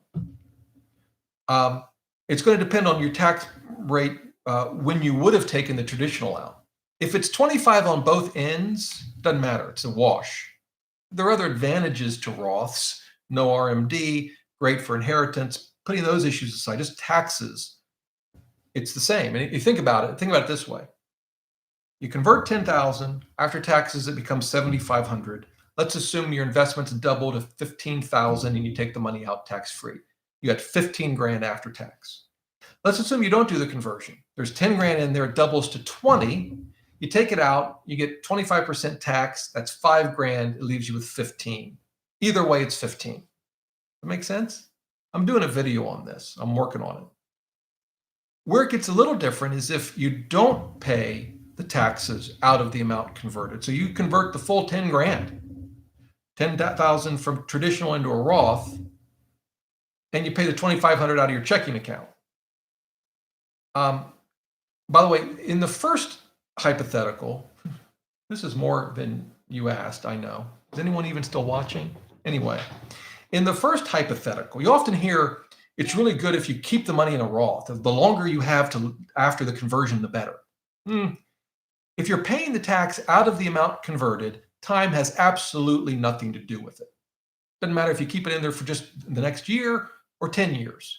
What matters is the tax rates when you did the conversion versus when you're going to take it out. That's all that matters. Where time can play a factor is when you pay the taxes from your checking account and convert the whole 10 grand. Why? If you think about 10 grand in a traditional, and we're assuming 25% in taxes, 2,500 of that ain't yours. Yes, it's in your account. Yes, you can sit there and admire it when you pull up Personal Capital or your spreadsheet, but it ain't your money. It's Uncle Sam's. You're just holding it for a while. Eventually, you got to give it to him. So you've got 2,500 in there, right, that doesn't belong to you. When you convert it all into a Roth and pay the 2,500 in taxes out of a checking account, what you're basically doing is substituting 2,500 that was in a retirement account that's now in a Roth and in exchange for what was $2,500 in your checking account. And is that a good deal? Well, you're getting now, time now matters because now that 2,500 that's now in a Roth can grow, right? All of that said, at the end of the day, it really just comes down to the tax rates. And it's a best guess.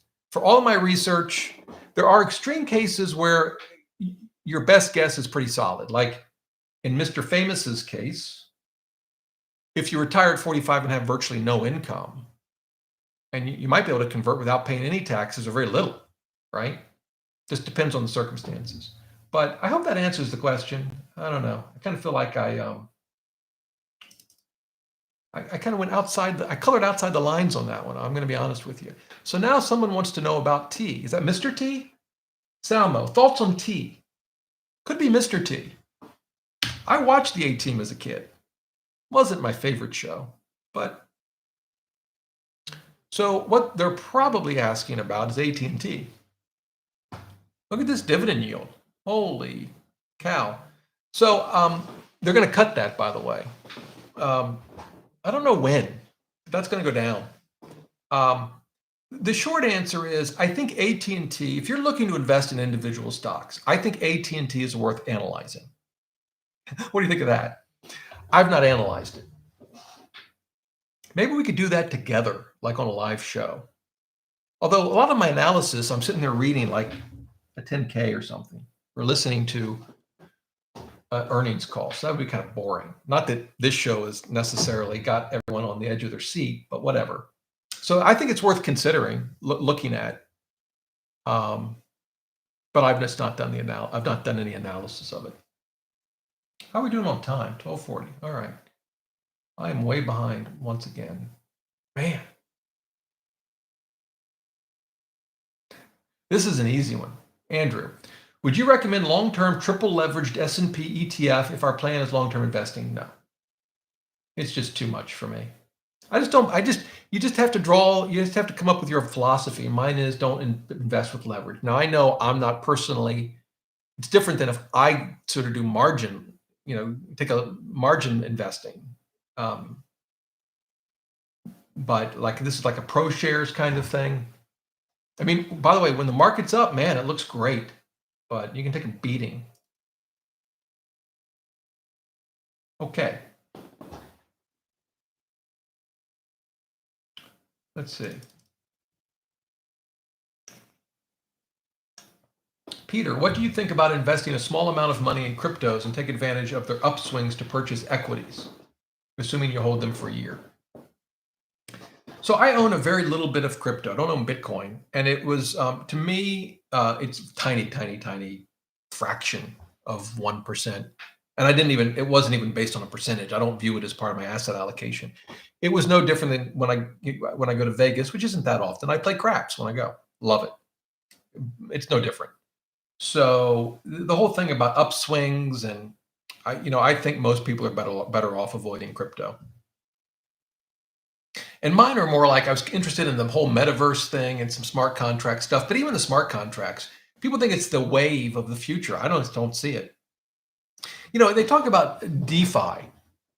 We can hate the big banks and the Fed and all that sort of thing. But if you've ever spent any time figuring out how to secure your Bitcoin, trust me, that's just not, it ain't a way we want to handle our finances, in my view.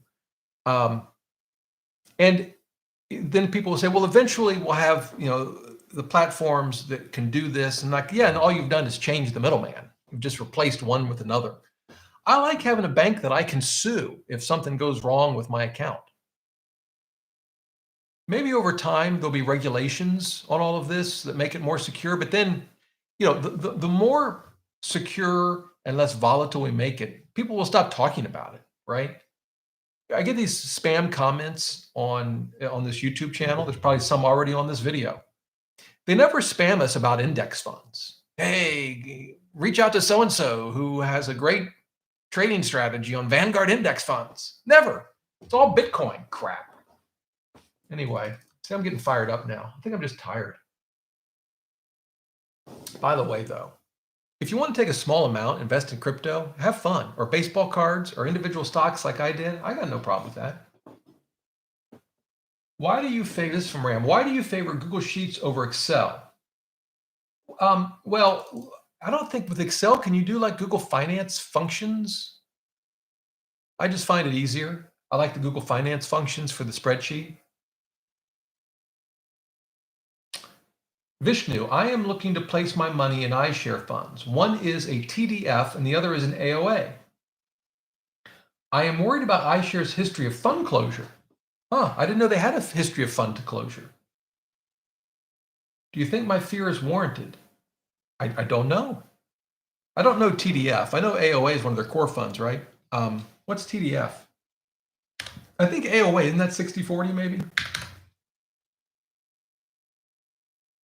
Are you sure it's TDF? This comes up with Templeton Dragon Fund. Well, in any event, I didn't know they had a history of fund closures. I would not think that AOA, let me just see if I've got that right. It's core aggressive, so this may be 80-20.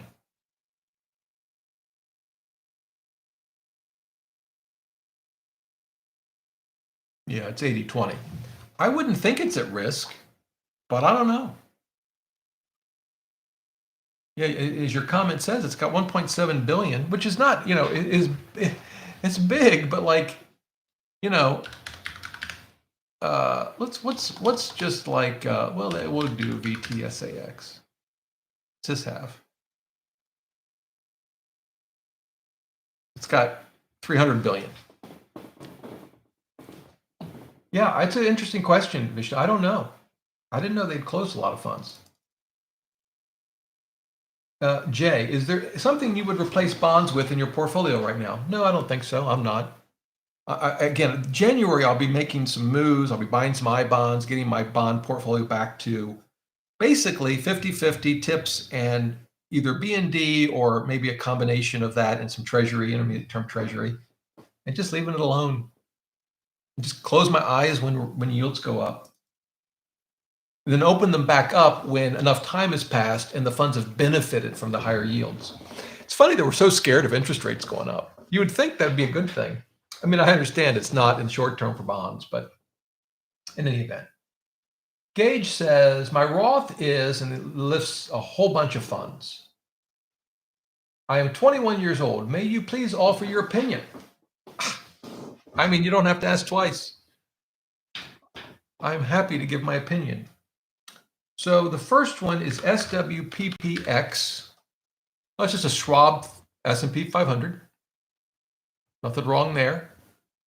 2 basis points. The other one, next one, so that's 15%. Okay. QQQM. Is that leveraged? Or I don't remember what's the M. Why can't I remember? We just looked at this and I can't remember. But obviously growth. Let me just look up something real quick.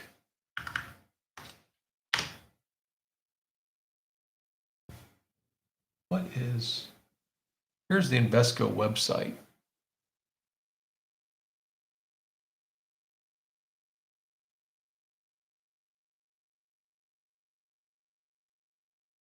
Anyways, yes, NASDAQ 100. What do you have in that? So, you have 40% in the S&P 500, 40%, and then 15 in this. So again, you just have to remember, this could lose a lot of money in the short term. And it's had a big run, so I would expect it to not have a great run sometime in the in the foreseeable future, but that's just a guess, and I could be wrong. Then you got Vanguard small cap, 17.5%. That's pretty rich to small cap, but you're 21. You have VO, which is mid cap, no problem there. So you're breaking it up. You could just have one like total market. You have 7% in international VXUS, and then 3% in VNQ, which is that real estate? I can't remember. Yeah, real estate. I mean, overall, I think that's a reasonable approach. I mean, it's not the approach I would take, but that doesn't mean a whole lot. There's a lot of approaches I wouldn't take. It's 100% stock, right? There's nothing, did I forget there was a bond fund in there? So, it's a volatile portfolio. You just have to recognize that.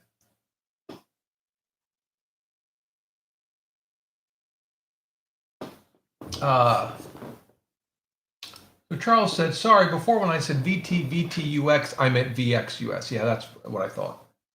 I mean, that's a standard. VTI and VXUS are sort of 2 of the standard 3 funds for a 3-fund portfolio. And if you wanted 100% stocks, in my view, good way to go. You could just do VU, or not VU, VT. The downside of VT is you don't get to set the allocation between the 2, set for you at roughly 60-40. With VTI and VXUS, you can obviously set it yourself, which is important to me, may or may not be important to you.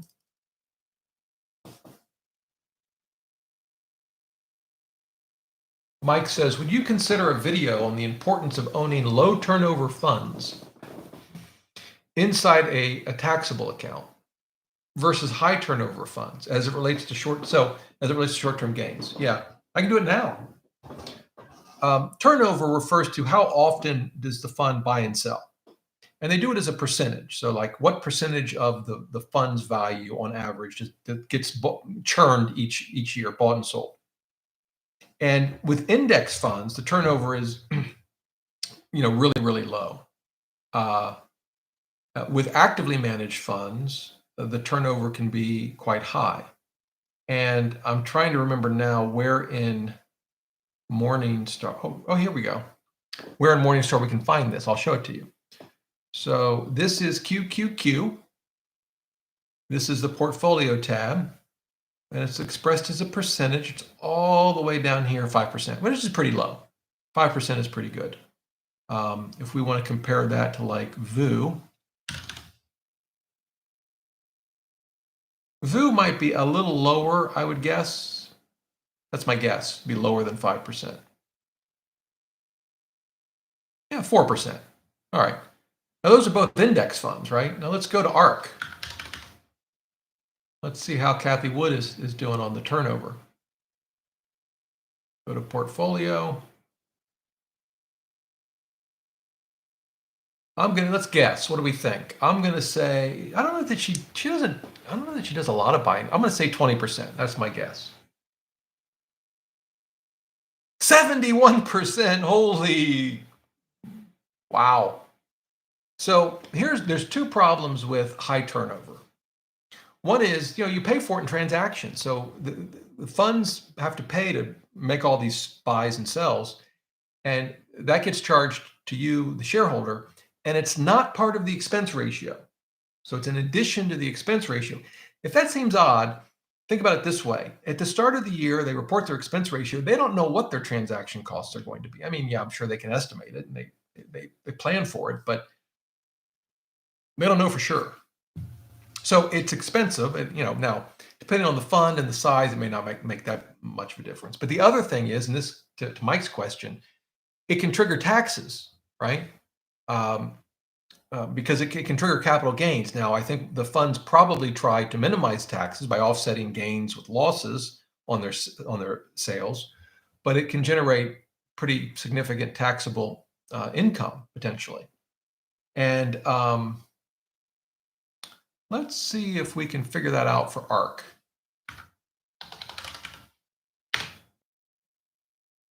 What were their distributions?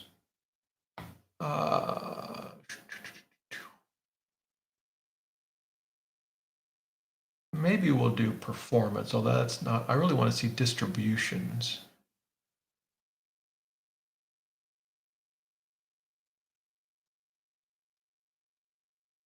So, I don't think it's going to be in the fact sheet. Let me just see something. It's interesting to me. All these other ones we looked at, they have it right up there. But for some reason, oh, here we go. Here it is. I found it. Yeah, so you're getting hit. So this, let's see.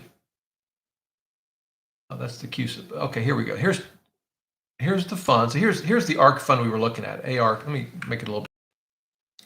And they paid out 52 cents in short-term capital gains. Now think about that.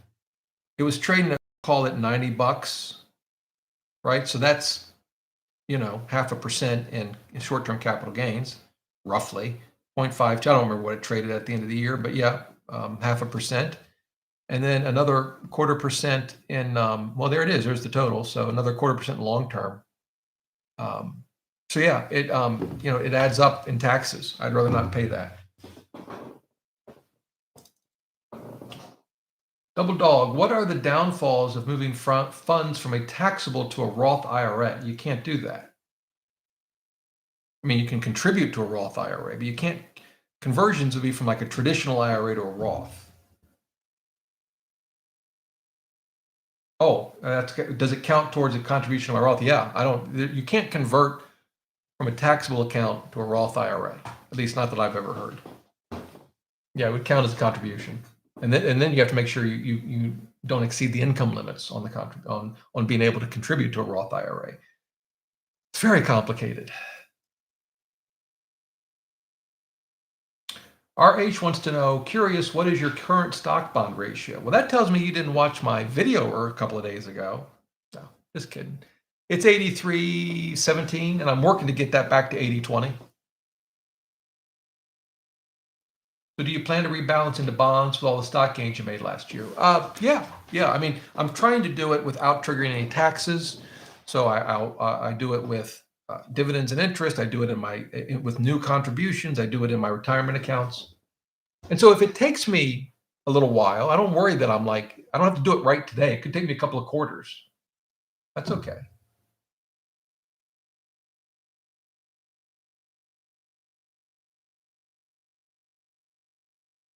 So Akeem says, I think, so Akeem is making comment about what he thinks is a Boston Red Sox. Hang on. It's not the Boston Red Sox.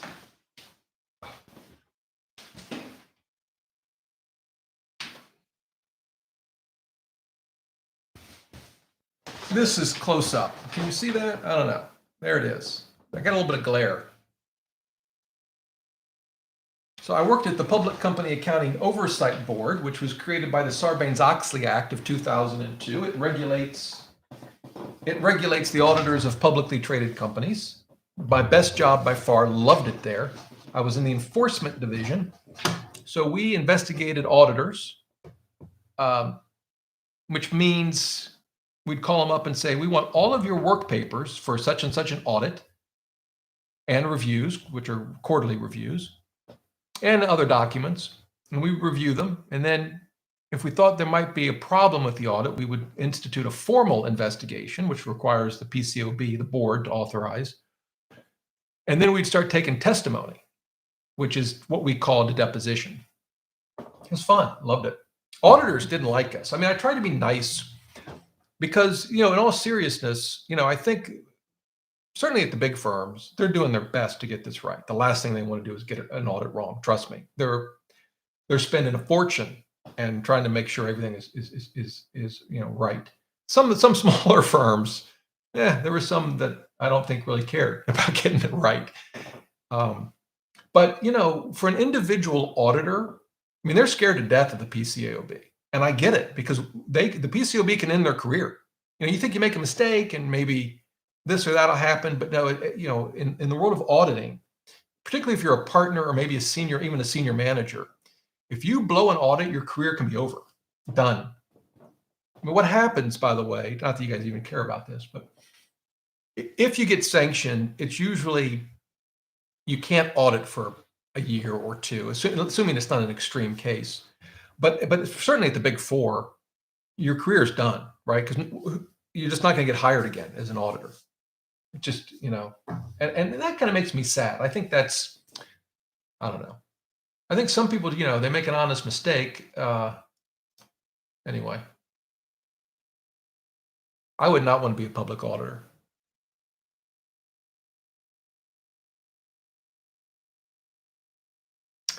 Epic says, thanks for the great content and hello from the UK. Hello.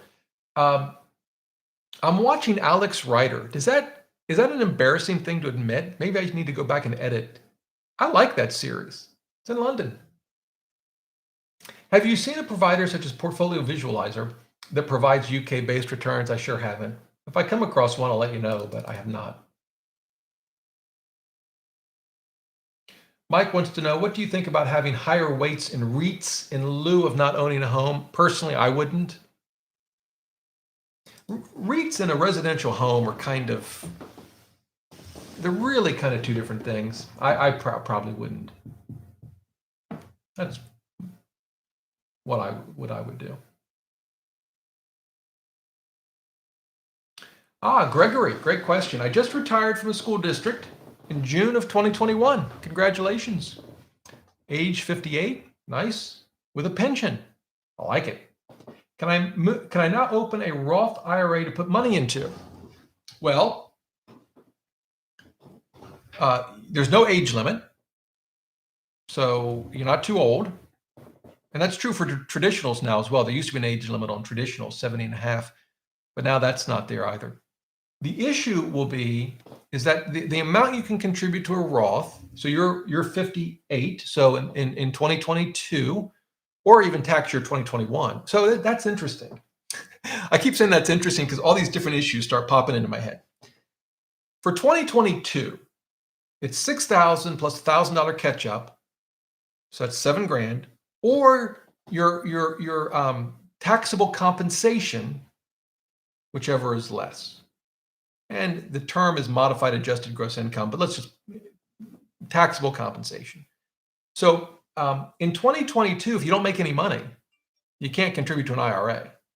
So that's a factor. I don't know, maybe you have a part-time job, you got to have earned income. For 2021, and it's not too late, right? Because you have until April 15th. Since you retired in June of 2021, I'm assuming you have at least $7,000 of taxable compensation in 2021. You should be able to contribute to a Roth IRA for 2021. At least that's my understanding. Obviously, confirm that with your local tax professional. I am not one of those, but that would be my best guess.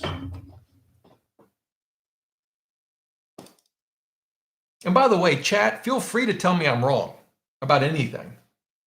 Just don't tag me. No, I'm just kidding. All right. It's 1 o'clock. I'm going to go a little longer. I don't know why. I'm going to go a little longer. Frank, I've recently been questioning my emerging market tilt. Small cap value is a proven factor, but never quite understood why tilt to emerging markets. Higher risk doesn't always mean higher reward. Thoughts? That's a good point. I like it just because, you know, it's a big part of our world, and you know, but I'm going to get a portfolio visualizer.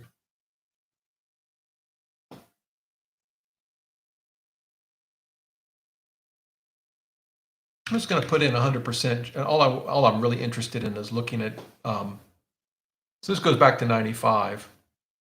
Pretty low compound annual growth rate. Let's just compare that while we're at it to like a total. We'll compare it to a total U.S. market and a total international, right? Just for context. Again, the time periods can change all of this, so we should be careful what conclusions we draw. But you know, the U.S. has crushed both. It's interesting, at least according to this, a sort of a total international market's underperformed emerging, which is kind of interesting. What's also interesting, so blue is emerging, red is U.S. market. Let's take, just to make this a little easier to follow, I'm going to take the total international out. What's interesting to me is that if we started all the way back in 94 and invested a lump sum, they were neck and neck until 2011. That kind of surprises me. I wouldn't have known that. And some years are amazing, like 03, I remember that year. Where is it? Yeah, there it is. I was like, believe it or not, true story.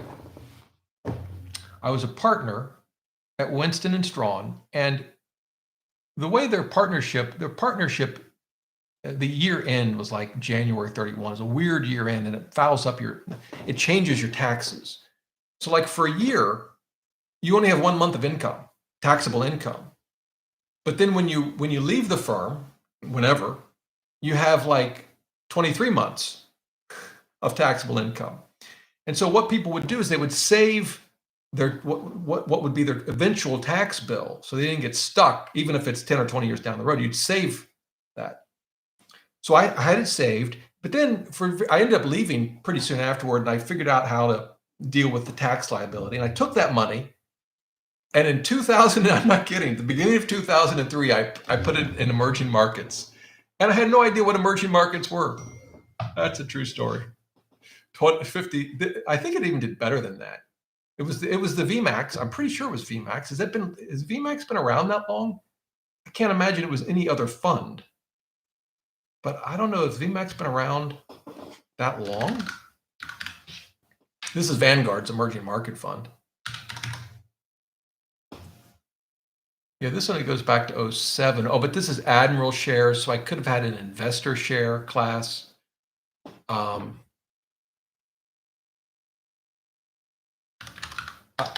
don't know. Let's see. Do they have an investor? Oh, I don't know if they do. Hang on. Vanguard, emerging markets, because they used to call it investor shares versus Admiral. They've kind of all brought them together now, but yeah, I don't know if they have that. But anyway, that's a true story. So, but back to what we were talking about here. So if we go back to US market, we'll compare that and emerging. You will see just, I mean, mathematically, this isn't all that valid, but if you just look at the returns, they're not correlated. I mean, they're all over the place, right? I mean, US is up, emerging's down, and then emerging market crushes, here. And so I like the added diversity, but it's certainly, I mean, could you have a sound portfolio without it? Sure. Oh, we have a winner, MB. Remember the question? What two world capitals are named after US presidents? Of course, Washington, D.C. I hope you all got that one. Monrovia, after the fifth president of the United States, James Monroe. Nice. And if you don't know where it is or why it was named after him, you can Google it. Fascinating. Okay. So VJ wants to know, what is the best international index fund which does not include China and Russia? Well, I don't know that I can give you the best, or the first question is, can I find one? I'm thinking Vanguard developed markets, which shouldn't have China for sure, and I don't think it should have Russia, right? Well, we'll find out. Here it is. It's VTMGX. And whoops, here we go. Country. So it's not in the top 10, right? They shouldn't be because it's developed. Oh, here's a little bit of Russia, but it's 0.04, and China's 0.31. So there you go. I mean, I haven't specifically evaluated this fund, but frankly, for me, any Vanguard index fund would be a starting point. You might be able to find something you like better, or that better suits your specific needs. But there you go. There's one. And more importantly, that's how you figure it out. Just go to Morningstar. So and just so you know, the reason I said developed is because Russia and China would be emerging markets, right? Which kind of surprises me. I mean, like given not Russia as much, but given China's place in the world economy. All right.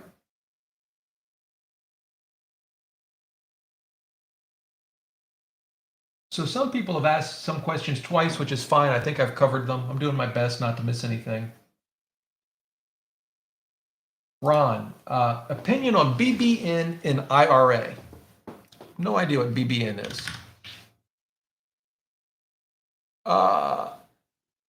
No, I don't think that's a good idea. This is a municipal bond fund, right?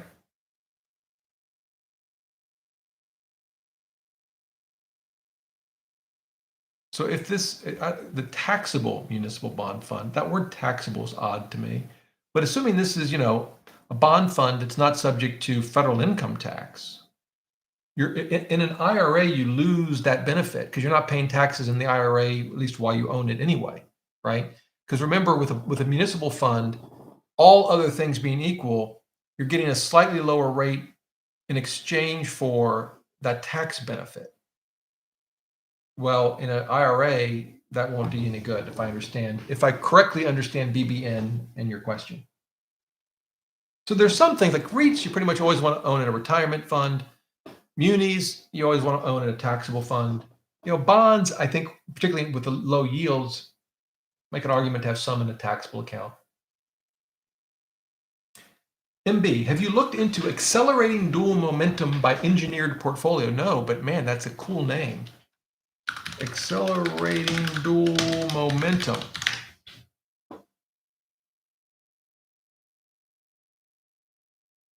I'll check it out. The name to me says it's probably not something I like. Why don't they name it like boring buy and hold, get rich slowly fund? That I would be interested in. All right. But yeah, I'll check it out. I'm not familiar with that. Could be great. I don't know.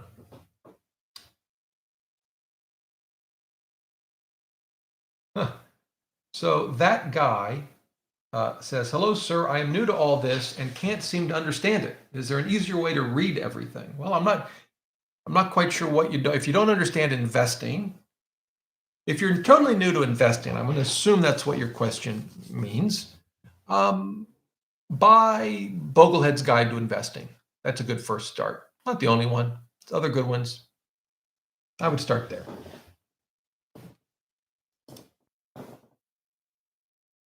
Do people in the US, this is from Alex, know of Terry Smith? He's a popular UK investor who runs Fundsmith Equity and dubbed the British Warren Buffett. I have never heard of Terry Smith. But I'm going to look something up here about this and see maybe.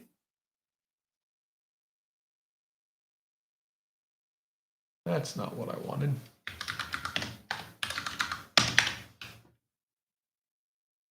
Okay. Huh.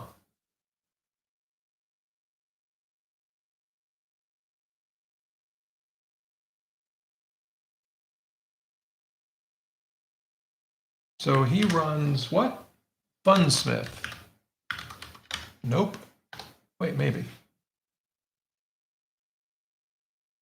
Okay. I don't know that name, but I'm going to show you something. I've shown you this website before, but it's Dataroma, D-A-T-A-R-O, not R-A, R-O-M-A.com, and it uses SEC filings to see how some of the best investors in the world are investing their money. And Terry Smith is in here, right here.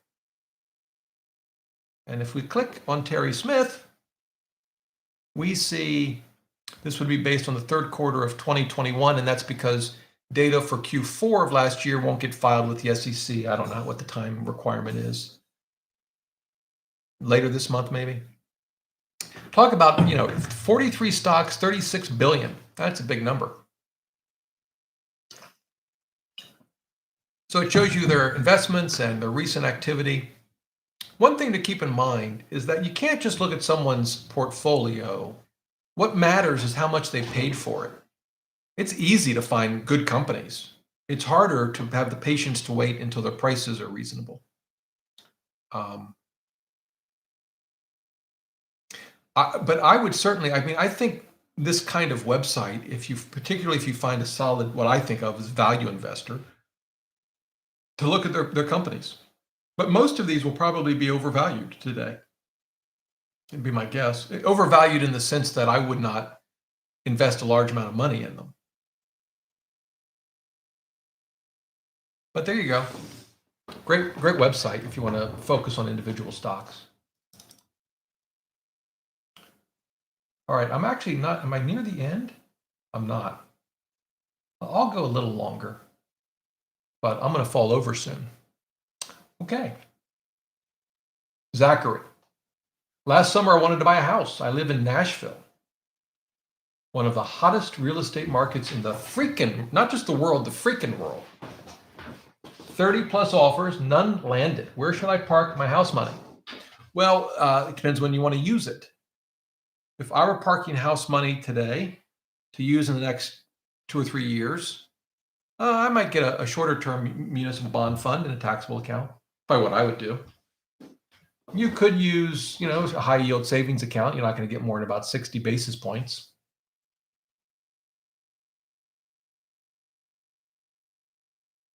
I know it's tough. It's frustrating. I know. That guy, should I invest in multiple stocks or just one? Well, I can't tell you. I can tell you what my approach is. So I remember I told you up 10% of my portfolio. It's grown since then, but I intentionally decided to be what's called a focused investor. So I have 4 stocks that might grow a little bit. To me, it makes no sense to invest in 20. I might as well just get the S&P 500 at that point. I wanted to be a focused investor. Have confidence in what I'm investing in and focus on those. I only have 4 companies to worry about. And I like to buy companies that I don't really have to think much about, right? I mean, I keep an eye on them, but I mean, these are solid companies. It doesn't mean something can't go wrong, of course. But I wouldn't do just one. I mean, I might do just one to begin with, but particularly if it started to grow, I'd want to diversify a little bit my individual stock portfolio. But it's still, I mean, it's hard for me to imagine owning more than, much more than the 4 I have. I don't know, a couple more, maybe over time.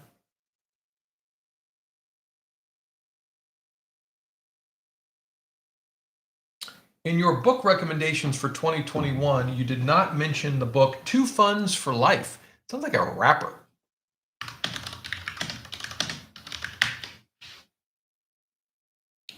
Let's see. Here it is, Two Funds for Life. Might be a great book.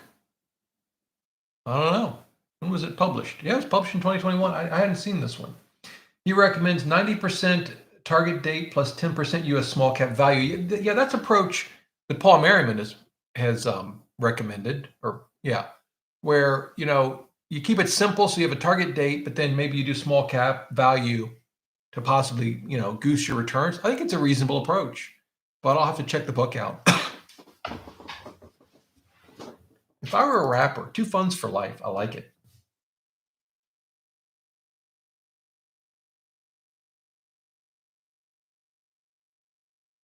Alex, that would be good to do a live analysis using top 5 or 10 points to look at a stock or analyze to determine what strategy to use. Yeah, I might do that. I'd probably have to do some preparation ahead of time just to make it flow. But I don't do, like I did do an analysis when I bought Apple in 2013. I actually tried to project what I thought its cash flows would look like and what the present value of those cash flows would be with very conservative assumptions. And what I concluded was the stock was significantly undervalued. My concern, my risk factor was, what if the next iPhone is a dud? And it worried me that so much of the company was based on the iPhone. That's changed. I mean, it's still obviously a huge part of the business, but it's done well to grow in other areas. That was my concern back then. But like for Bank of America and Wells Fargo, I didn't do a spreadsheet analysis. I mean, I read some things in their SEC filings, tried to understand the company, but I try to find deals that I think are so good, I don't even need to do a lot of analysis. And so I look for companies that are solid companies that are undervalued, preferably for some systemic reason. I mean, all the banks were sort of beaten down, but their capital positions were strong because of the financial crisis and what came after it. Wells Fargo had its issues, but they've replaced all their management. Mike says that AT&T is a horrible stock total return. Look at the 5-year return, for example. That may be true. That doesn't mean it's a bad investment today. Anything with a dividend yield of like 7 or 8%, you wonder, how good can it be, though? All right.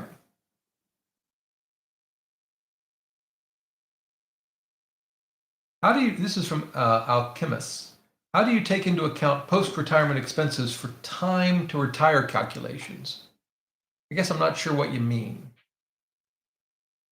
I mean, I do my best to estimate what my expenses will be in retirement. And I normally keep them at pretty much what my expenses are now. I don't know. Is there another way to do it? I mean, some people say like take 80% of your income. That doesn't make any sense to me. I mean, that could turn out to be reasonable for you, but not necessarily.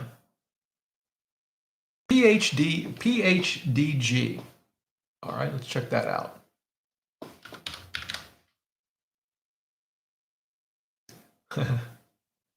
All right, the Invesco S&P 500 downside hedged ETF. I just don't know why so I'm guessing this is an S&P 500, and maybe they buy puts to hedge the downside.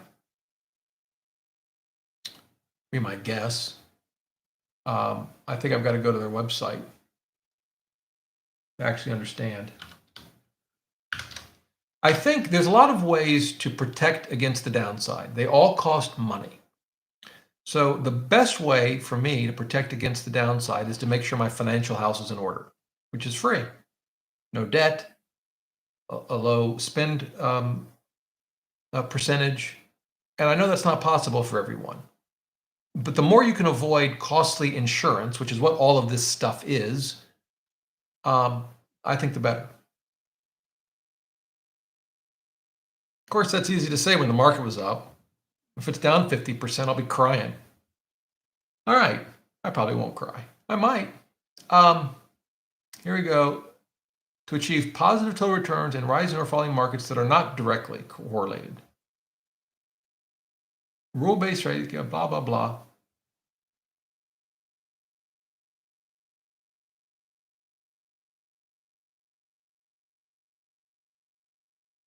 Yes, I don't know how they're hedging. I mean, this is all happy talk. It's fine, but it doesn't tell you how they're doing it.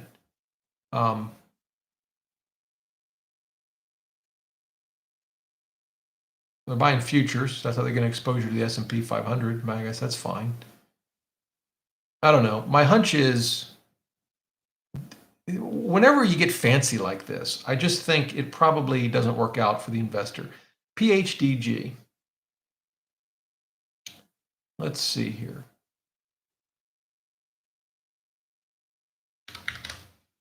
There it is.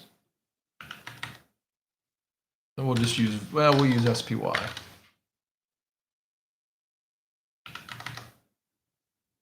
Who knows? Maybe it's clobbered the S&P 500, and I don't know what I'm talking about.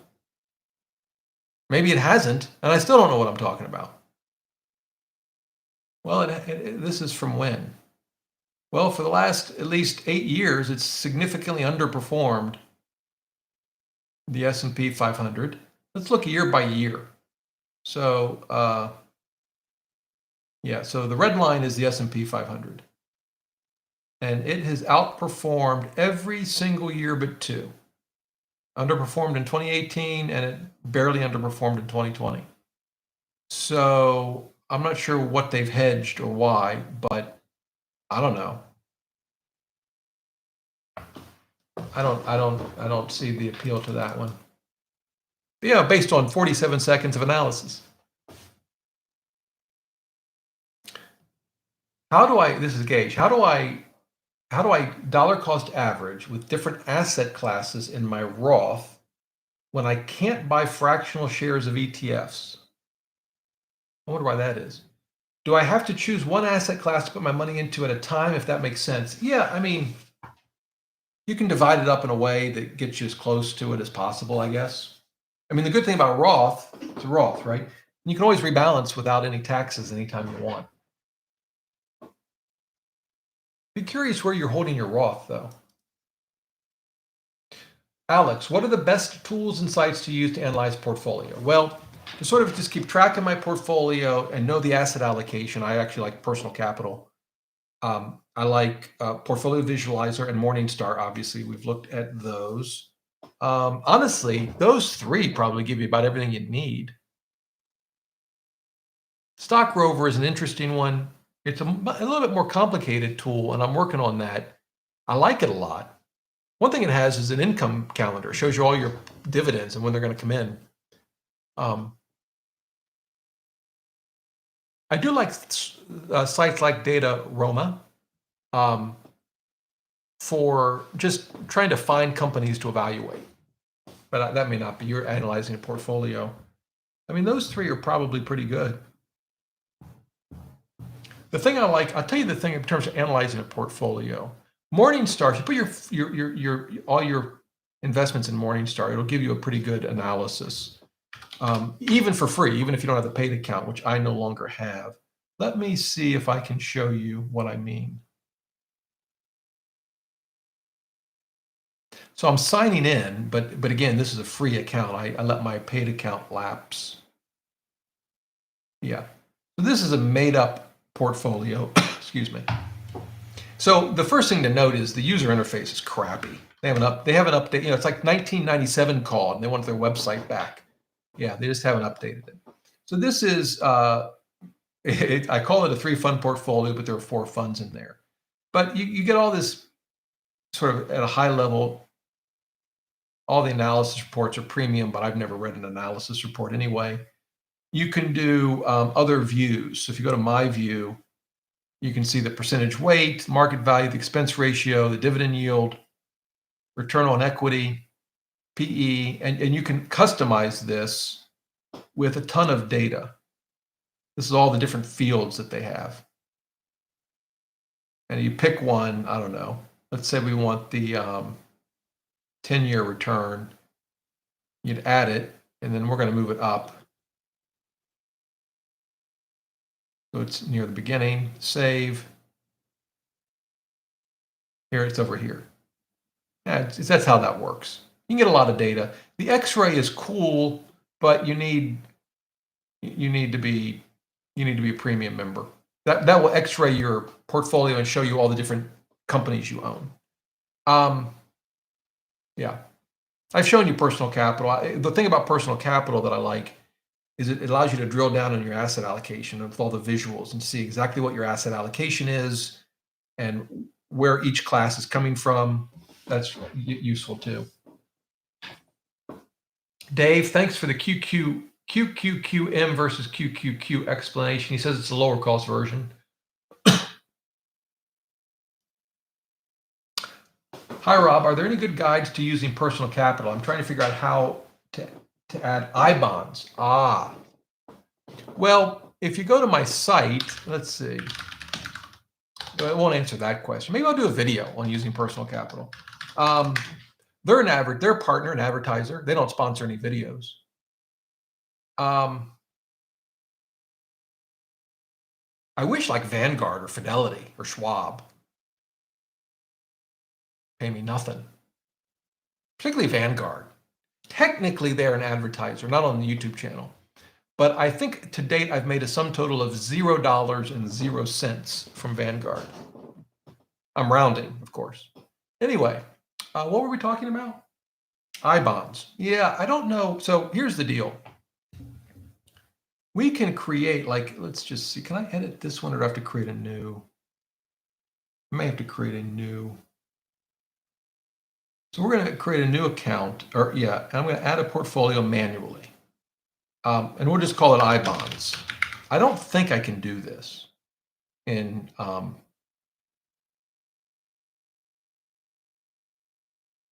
yeah, I can't because they're going to want a ticker, and there is no ticker for I-bonds.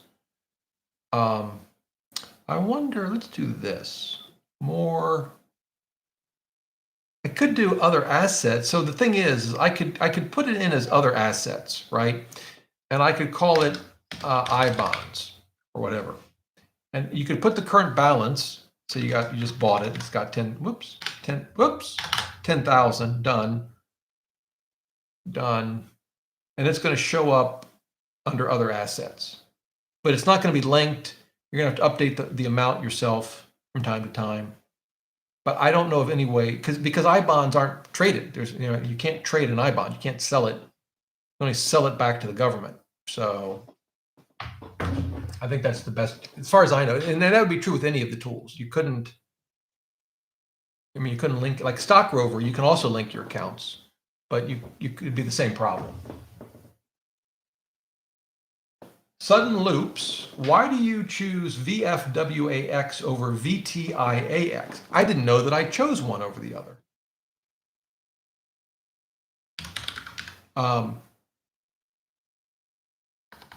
So VTIX is the total, Vanguard Total International. I think you might be referring to my own personal portfolio. I wouldn't probably choose VFW. The reason was a tax loss harvesting move a couple of years ago.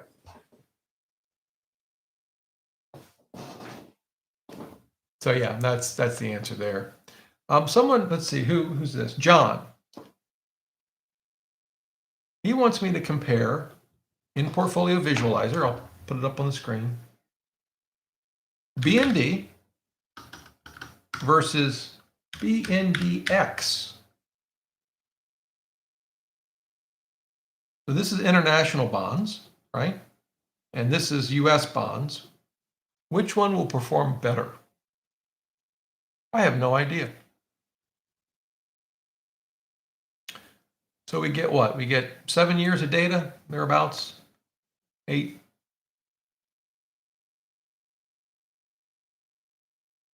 Well, international outperformed, not by a lot, but it outperformed. I like to look at the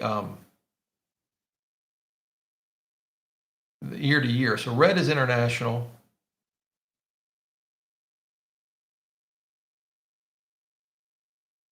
Yeah, I mean, it's outperformed. I'm not quite sure what to make of that. I don't normally worry about international bonds in my portfolio.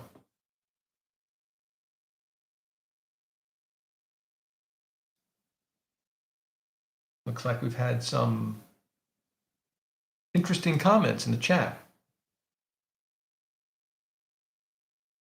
Yes, we can see it. Are you a Boston fan? Back to the thing. So I grew up in Ohio. So I grew up Cincinnati Reds fan. I mean, in the 70s, Pete Rose, Morgan, Foster, Concepcion, Tom Seaver even, who came over from New York somewhere. But I will say that having gone to school in Boston, and I could practically see the stadium from where I lived on Beacon Street. In fact, I was there in I want to say it was 1990. I think that's the year when the Red Sox were still under the curse, made the playoffs, got beat by, I think it was the Oakland A's. And then guess who swept the A's in the World Series? Anyway, so, I have a soft spot for the Red Sox, and I was thrilled when they won the World Series for the first time in a long time. But boy, incredible way to do it, to get to that series was just amazing. All right, I know there are some more comments, but there will always be more questions. And it's been 2.5 hours, and I'm about to pass out. So, and I realize you're not even looking at me. Not that this is any better. You probably prefer that. Anyway, as always, I appreciate that so many folks hung out with me today. I hope this has been useful. And I'll be back at it, God willing, and the creek don't rise next Thursday at 11 a.m. Eastern time. I will put timestamps below this, hopefully today. And yeah, so you can obviously subscribe to the channel. That would be nice. I'm trying to get to 100,000 to impress my kids. And I also have a link down there to the newsletter. It goes out every Sunday. It's mainly about retirement and investing and some other just things that I particularly find interesting. So you might find that useful. And that's it. Hope you have a great day. How's the market doing? Oh, about the same. My banks are up again. Man, the banks have been crushing it this year. Anywho, hope you do well. Until next time, remember, the best thing money can buy is financial freedom.